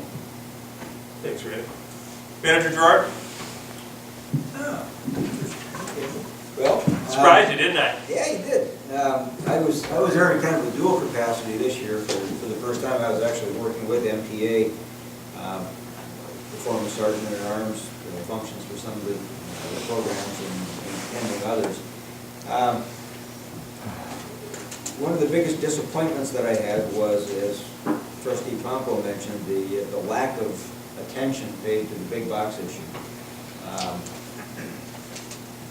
For the life of me, I cannot understand why the MTA would have brought in a firm who's not been involved in this at all when they had Bill Fahey right there, who has been pursuing this for almost 2 years now and is moving our cases to the Court of Appeals. There didn't seem to be any knowledge of what was happening or any real push on the importance of it. And that was very disappointing. That'll figure prominently in my survey response about the conference. But having said that, the conference was kicked off, right off the bat with an energizing, the opening session was all about getting energized and getting the most out of your opportunities. And as Diana mentioned, the one sheet here, the top 10 things you should do every day, basically, it was, don't change your life, change your day, to re-energize and to get the most out of your day. I went to, obviously with Trustee Pompo and Trustee LaRue, all three of us were in standard operating procedures for fire departments. The two probably heaviest attended sessions that I observed was that session. One, there were 85 people in that session, and the other was the Right to Farm programs. Every one of those sessions were packed beyond capacity in the Right to Farm Act, which is, points to the importance of that with residents. Participated in the Township Association's new salary survey project. They've got an entire new salary and benefit survey structure that they're going to be doing. Probably the session that I opened my eyes most wasn't about laws, or it wasn't about changes of things that are going on, standard operations, or what township's doing what. It was one that was very, very lightly attended. There were only 18 of us in this session, and it was about the topic was build a climate resilient community. And basically, what the premise of that one is when you're doing your planning right now for development, for road repairs, for construction, don't look at now. 25 years from now, because the climate is changing. And some of the, I'm going to print off this handout that they had up there, but just as a for instance, between 1973 and 2010, ice cover on the Great Lakes has declined 71% in the wintertime. Leads to the drought issue that we've been having, because when that lake isn't covered in the wintertime, the water's evaporating. And it's dropping someplace else in the form of snow or rain or whatever. He talked about the impact of climate on designing and building your roads today, because the climate's changing. More severe storms, more flooding, more of those types of activities that our current roads are not designed to withstand, and that's why our roads are falling apart. So looking forward to project, when the roads committee basically was talking about repairing roads, how are we going to do that? How are we going to build them? How are we going to repair them? How are you going to deal with your aging population? Because the climate is changing. It's getting warmer. There's no doubt about that. Climates are getting warmer. You're having more severe heat. You're having more severe weather. You're having more severe impacts on the population that, as a community, you need to be ready to respond to. How are you going to deal with cooling? An aging population. How are you going to have cooling centers? What are you going to do? Those kinds of things. How are you going to react to the more severe storms that are happening? Probably the most graphic example that they had, and these are all models that these folks that are studying this are putting together, that really pointed to some of the things that I've observed in 45 years that I've been living here, almost 45 years, is that by the year 2080, the UP is going to be experiencing, if everything continues the way it is going to be experiencing weather patterns and the types of weather that right now southern Oklahoma and North Texas have. That means a whole different variety of critters, snakes, spiders, bugs. We're starting to see that. We're starting to see insects and things here that we've never seen before because as the climate here is warming, they can live here. Emerald ash borer forests. The forests are going to change because the type of trees that we've got now won't be able to survive in that warmer weather. So there's going to have to be a shift in different kinds of trees. So I mean, those are all the kinds of things that we really don't think about very often when we're doing our future planning. But to me, that was probably the most eye-opening, enlightening session that I attended all the time I was down there. Everything else was kind of, yeah, you know, we deal with it almost every day. We're exposed to it here and there, those kinds of things. But that one class was really, I think, something that everybody should kind of pay attention to as we're looking forward to going to planning, zoning, you know, everything else. So that was my takeaway from it was that one on becoming climate resilient. My favorite one, though, was the one that Lynn and I were in, and that was the comedy hour. You know, I still can't imagine some of those folks that were leaders in their community getting up and asking in public the questions that they asked. I mean, it was just, Her comments. my God, where are you coming from? I mean, how do you survive this long? How are you still an operating township? I mean, there were some really, when they stand up and say, I know this is going to really sound strange and stupid, but, okay, yeah, it does. I mean, it really does. And it's along the lines of, like she said, you know, the one was a trustee. She was a trustee.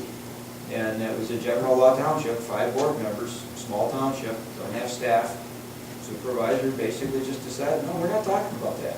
Dismissed it. You know, I'm not sure why that's "Hey, a problem." what do we do? I know, that's, you know, that's it. You know, I don't think that would go there. It's interesting, you know, because if Lynn, it was like Lynn, Danny, and Ernie, I think all 3 of you, last year when we were at the Make a Difference Day in Lansing, when we were sitting in Casperson's office, the one fellow that was sitting at the far end of the table by the window, the farmer, he's kind of a small guy, was sitting next to me in that session. And the comments that he was making, you know, he's from a small township, and he's an assessor as well as a member of the board. And it was like he was doing the same thing. He was shaking his head when some of these questions would come up.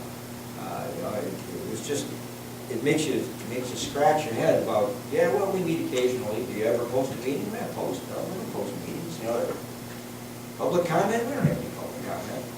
It's just, You don't invite anybody. well, it just shows that things are different in the UP than they are in the Lower Peninsula. And you know, and Ernie mentioned, you know, when you're having after the after hours and the events and that they're doing, when you're talking to other people, there is a different mindset in different parts of the state in terms of what's acceptable and what's reasonable. And it's not just Detroit. I mean, it's lots of places.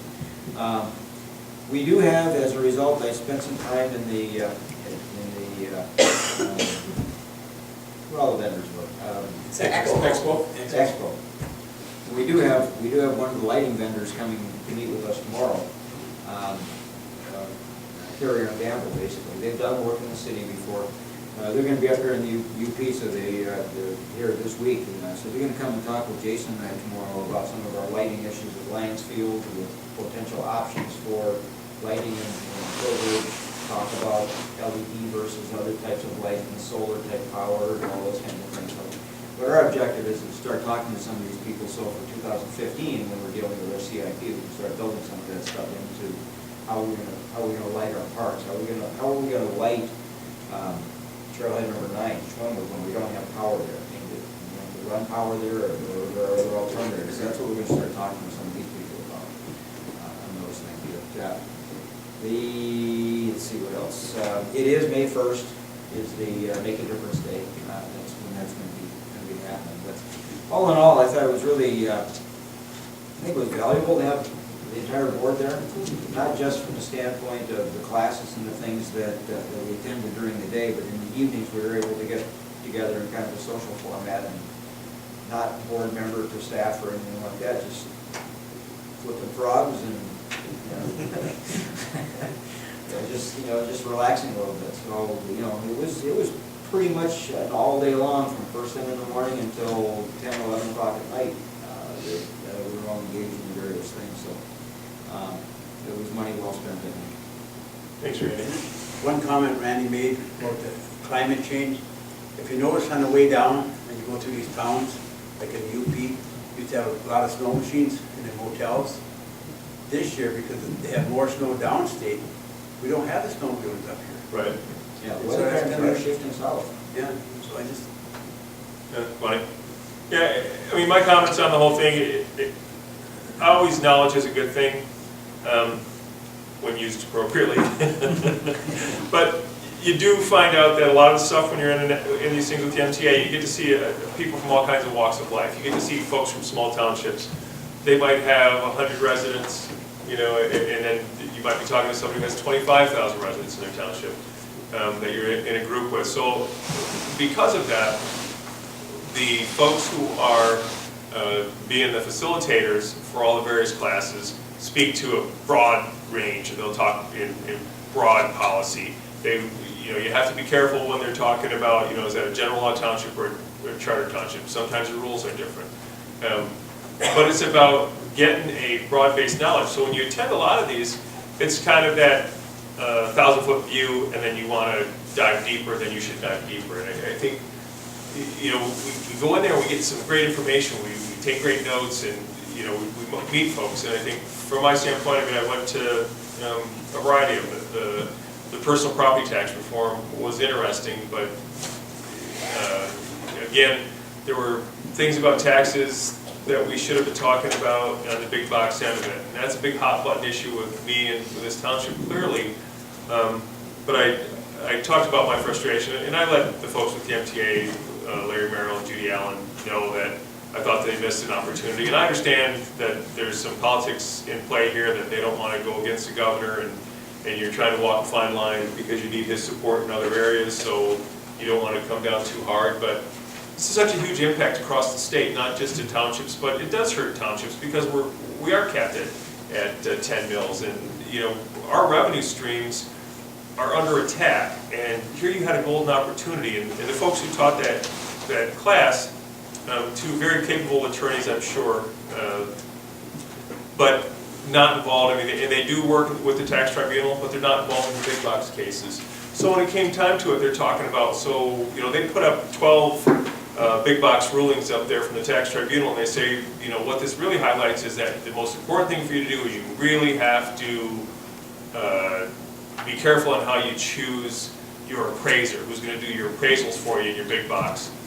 And they went on and on about it, and finally, until I couldn't take it anymore, and I'm like, if you look up there, you're going to find out that all 12 of those cases, and I asked her, I said, how many of those retailers were represented by the same attorney, Shapiro? She said, I don't know. I said, I do all of them. How many of them relied on appraisals, by the same guy, Larry Allen? She said, well, I'm not sure. I said, I am, 100%. Look at all the rest of them. Who did the appraisals for the 12 municipalities that defended themselves in tax tribunal? She said, I don't know. I said, it wasn't the same guy. My point is, you're making this whole thing about you have to more selectively choose your appraiser, and that's what's going on, and that wasn't the case at all. It's about changing legislation, and I think MTA could have had a huge voice. If you got even 2 people from every township across the state to call their representatives on a regular basis and say, where's that legislation at? What are you guys doing? They didn't really know anything about the legislative update. And here you have, the attorney down there who was, litigating our case to the Court of Appeals. He was obviously the person to choose to put that on and let people know. The folks who I sat at the banquet with, they're kind of aware of the big box thing, but they're not sure what's that all about. And one guy even had 2 stores in his community, but he wasn't sure, and they settled for whatever they got. I think we missed a big opportunity, and that's unfortunate. But I don't want to focus on the negative. Most of it was positive. It's a great opportunity to rub elbows, to talk with people who share your same problems. You get to see things like Randy pointed out, that if we compare ourselves to certain other townships, the state of our township is strong. I mean, we get more things right than we get wrong here. you know, and that's important to know, because once in a while, you just gotta have a check-in, like, how are we doing? I mean, but you also meet people who are getting things better than you are, like the CIP I sent out. I mean, there's little pieces that you pick up from people, so you can seek them out and talk to them and say, what was your process like? How'd you get there? And that's a big part of it. Randy mentioned that sometimes it's the reception or the dinners after, where we all get a chance to talk to not only amongst ourselves but other people, and it is a chance to interact and define teamwork in a whole new manner. Like, you had no idea I was such a good artist that I could sketch your face on a beach ball at all, did you? No, I actually thought I was better. But they do have some fun activities to let you blow off a little bit of steam. It's intense, but it's a great week. We couldn't be happier that the residents here send us and allow us that opportunity to pursue educational pursuits. Next year it's down in Grand Rapids again. When it's in Detroit, I don't typically go because I don't want to drive all the way to Detroit. But Grand Rapids, last time it was in Grand Rapids, I was there. Another great venue. I think I would probably go again next year. It's just that you get an opportunity to learn a little bit, and then you need to dive deeper. And all those folks who act as facilitators for all those are ready, willing, and able to answer your email questions or phone calls. And I think that's the coolest thing about it, because you're right, they're in business. Sometimes they're selling software or they're selling legal services, but they're all willing to respond to your email. When you say, I sat in your class and this was really interesting to me, but I need to know more. Where do I go? They'll provide you with what they have, and they'll give you more resources. And I think that's where you really have to take advantage of it. You're not going to learn everything you need to know in an hour and 15 minutes or an hour and a half. But it's about getting that piece of knowledge that you say, now I understand it a little bit better, now I got to work a little harder to go get the rest of it. And that's what I take away from there, is it's always, it's there. I mean, you'll sit through some of these and you'll say, well, okay, not so much, right? They didn't have what I was looking for. Not that it wasn't good for the other 50 people sitting in that room that gleaned a little something out of there, but we may be past that stage. And I think these rotate through, like they do these classes and then they won't be the same ones next year, but they'll rotate around 3 years and some of them will come back. It depends on what's topical, but a lot of it was so topical for us because some of the things, the strategic agenda, the master plan, the CIP, all the things that we're concerned with, fire department training, another hot button issue, and here it is. I mean, they're rolling something out for us. A lot of the things that we're concerned with are the same thing that these other folks are concerned with. So we get down there and we're like, oh, the timing couldn't have been better. Well, we weren't the only ones who thought that throughout these. There were a bunch of folks from all over the state of Michigan who, and I think that's the other part is when you're talking to these folks, they're all over, you're like, where's your township at? And they tell you, like, where's that at? Yeah. And you still got to narrow it down to where, okay, I'm in the southwest corner of the lower, okay, I'm getting it now. I got a better picture. You have to go across the bridge. Yeah, but they're sharing the same thing, especially, us who trek down from the land of the Upers. It freaks some of these people out still, they don't get it, and I think, I've been in some of these backwater townships in Thumb and other areas of the state. I mean, they think we're isolated, and perhaps we are by choice, to live in God's country, but we're not backwater, we're not Mayberry. I mean, we're still a pretty progressive township. I'm proud of the way we've represented ourselves down there. I think the residents will be proud of the way we've represented ourselves down there. We came back with a bunch of knowledge. Now it's time the real challenge is now to put it into action. It's great that we got to spend some time down there, and we got to learn a little bit, and we got to hang out a little bit, and learn maybe a little bit more of the personal nature of some of us. We learned a little bit about teamwork. Those are all good things, but the challenge now is, so what? What do you do with it? Yeah, so what? We sent you down there, you learned something, so what? What happens to the township? What's the return on our investment? The folks sent us down there and they're glad that we gained some knowledge, but they're all asking, so what? And every one of us has to ask ourselves that question. So what? So what? You sent me down there, they put some information in front of me, it was great stuff, but how does it change what I do? How do I give back to the community based on what I learned? And that's the challenge that each and every one of us face. Not just us, but every township that was down there. Great opportunity, great learning experience.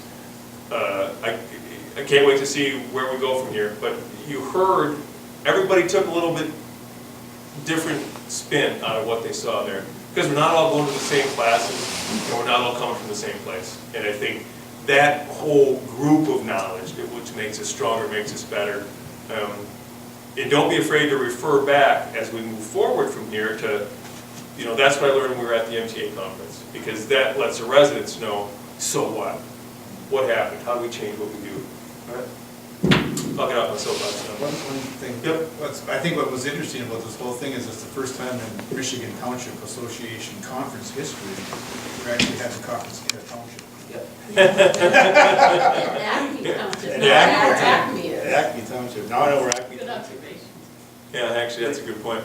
But you do look at, everything we do now, you look at it through a different set of eyes after you go down there and come back. What about this? Yeah, what's funny too is Representative Keevla, he shows me, he goes, when you get here as a legislature, they're supposed to have a list that they hand you that has everybody who's registered from your district, so that you've got that and their table number, so that you can go from table to table and make sure that you were able to see everybody.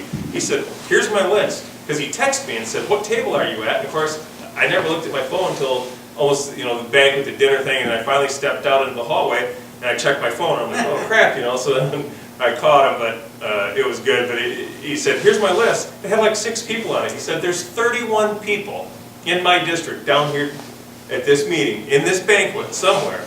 And he said, here's my list, and none of us were on it.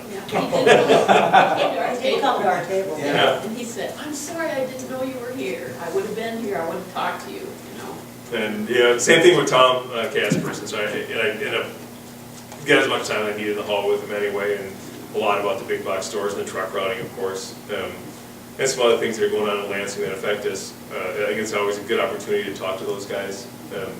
The more that we can have some give and take with them is good for all of us. But one other observation I had was a quote from one of the presenters that said, being a public, and they was talking to us, but this doesn't just apply to township representatives. Being a public official does not give you the right to have privileges the public does not. So I'd really like to type this up in 55 point and send it to Washington. I'm a paid official just like you, and I was elected in, but you're not doing what you're supposed to. They passed legislation to exempt themselves. Right. She come back a rebel. A couple of things, going back to what the manager said on that one session, I was scheduled to go there, and I didn't make it to that one. So it's really interesting. But one of them, talking about seniors, you're talking that many years in the future. Where are the seniors going now? They're leaving the area. I wouldn't say all of them, but there's a good percentage that leave. All of a sudden, as the weather changes, they're not gonna leave. So how do we, as a township or a community, prepare for all this and that too? A different category of individuals will be here, rather than what we have now, the younger ones, and then all of a sudden we have a lot more seniors intermixed in that as we go forward into the future and that too. So, One of the other things that we're gonna start seeing, and I don't know if you folks have mentioned it, but you're starting to see ticks now, we've never seen ticks before. yeah. Because the weather's warmer, the spring is coming earlier, winter's starting later, we're having a longer growing season, that's why you're getting all of the, we want chickens, we want farmers market, we want, the desires, the wants and the needs are gonna be changing based on climate. I think my wife happened to go with me, and she went downtown with my niece on Thursday, and she says, they don't know how to plow streets. They don't plow streets, they don't do nothing. It was a mess downtown, Travis said. And my niece says, I don't want to even go there. After being and living in the UP and that. Yeah, it was icy there too. It was terrible in that. So what I would say too, for any of the residents, you have questions or concerns that, we spent your money wisely by having all this down there.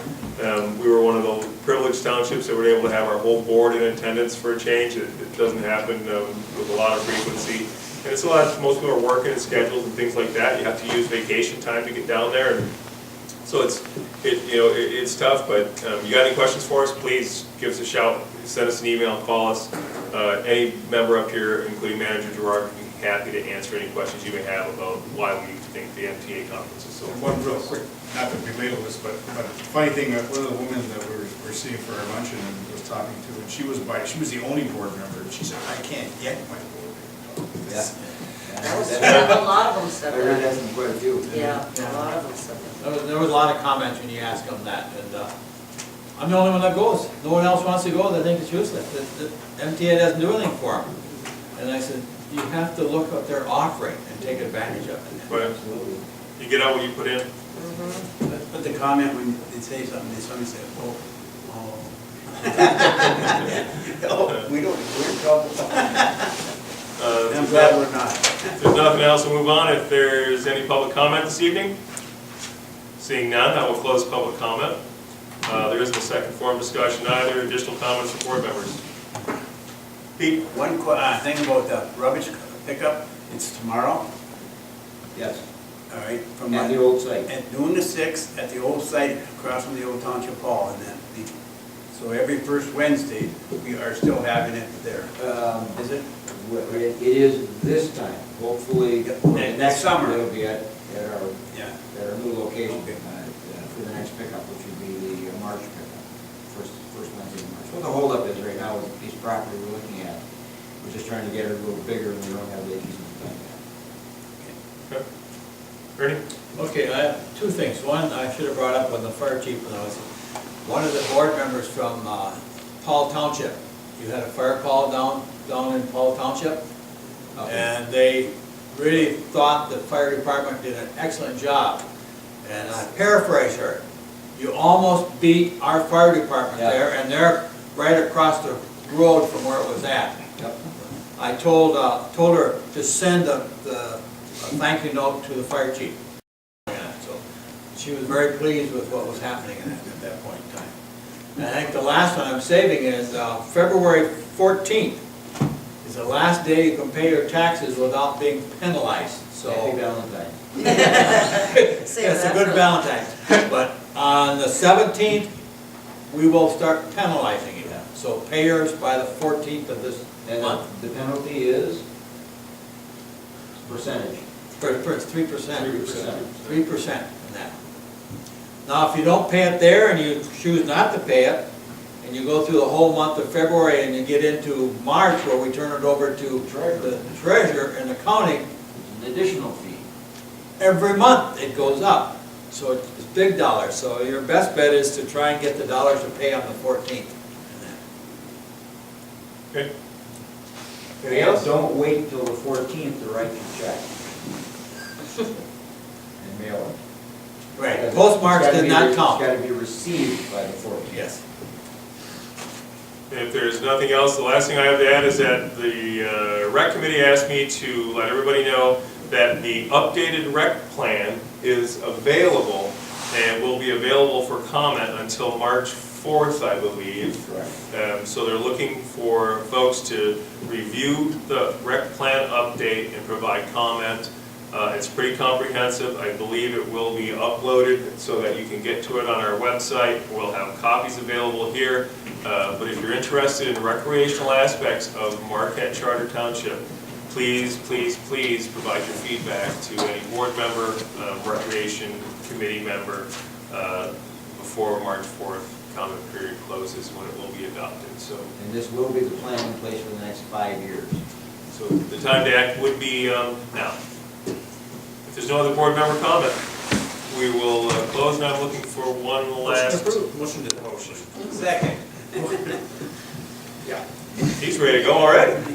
We have a motion and a second to adjourn this meeting. All those in favor? Aye. Those opposed?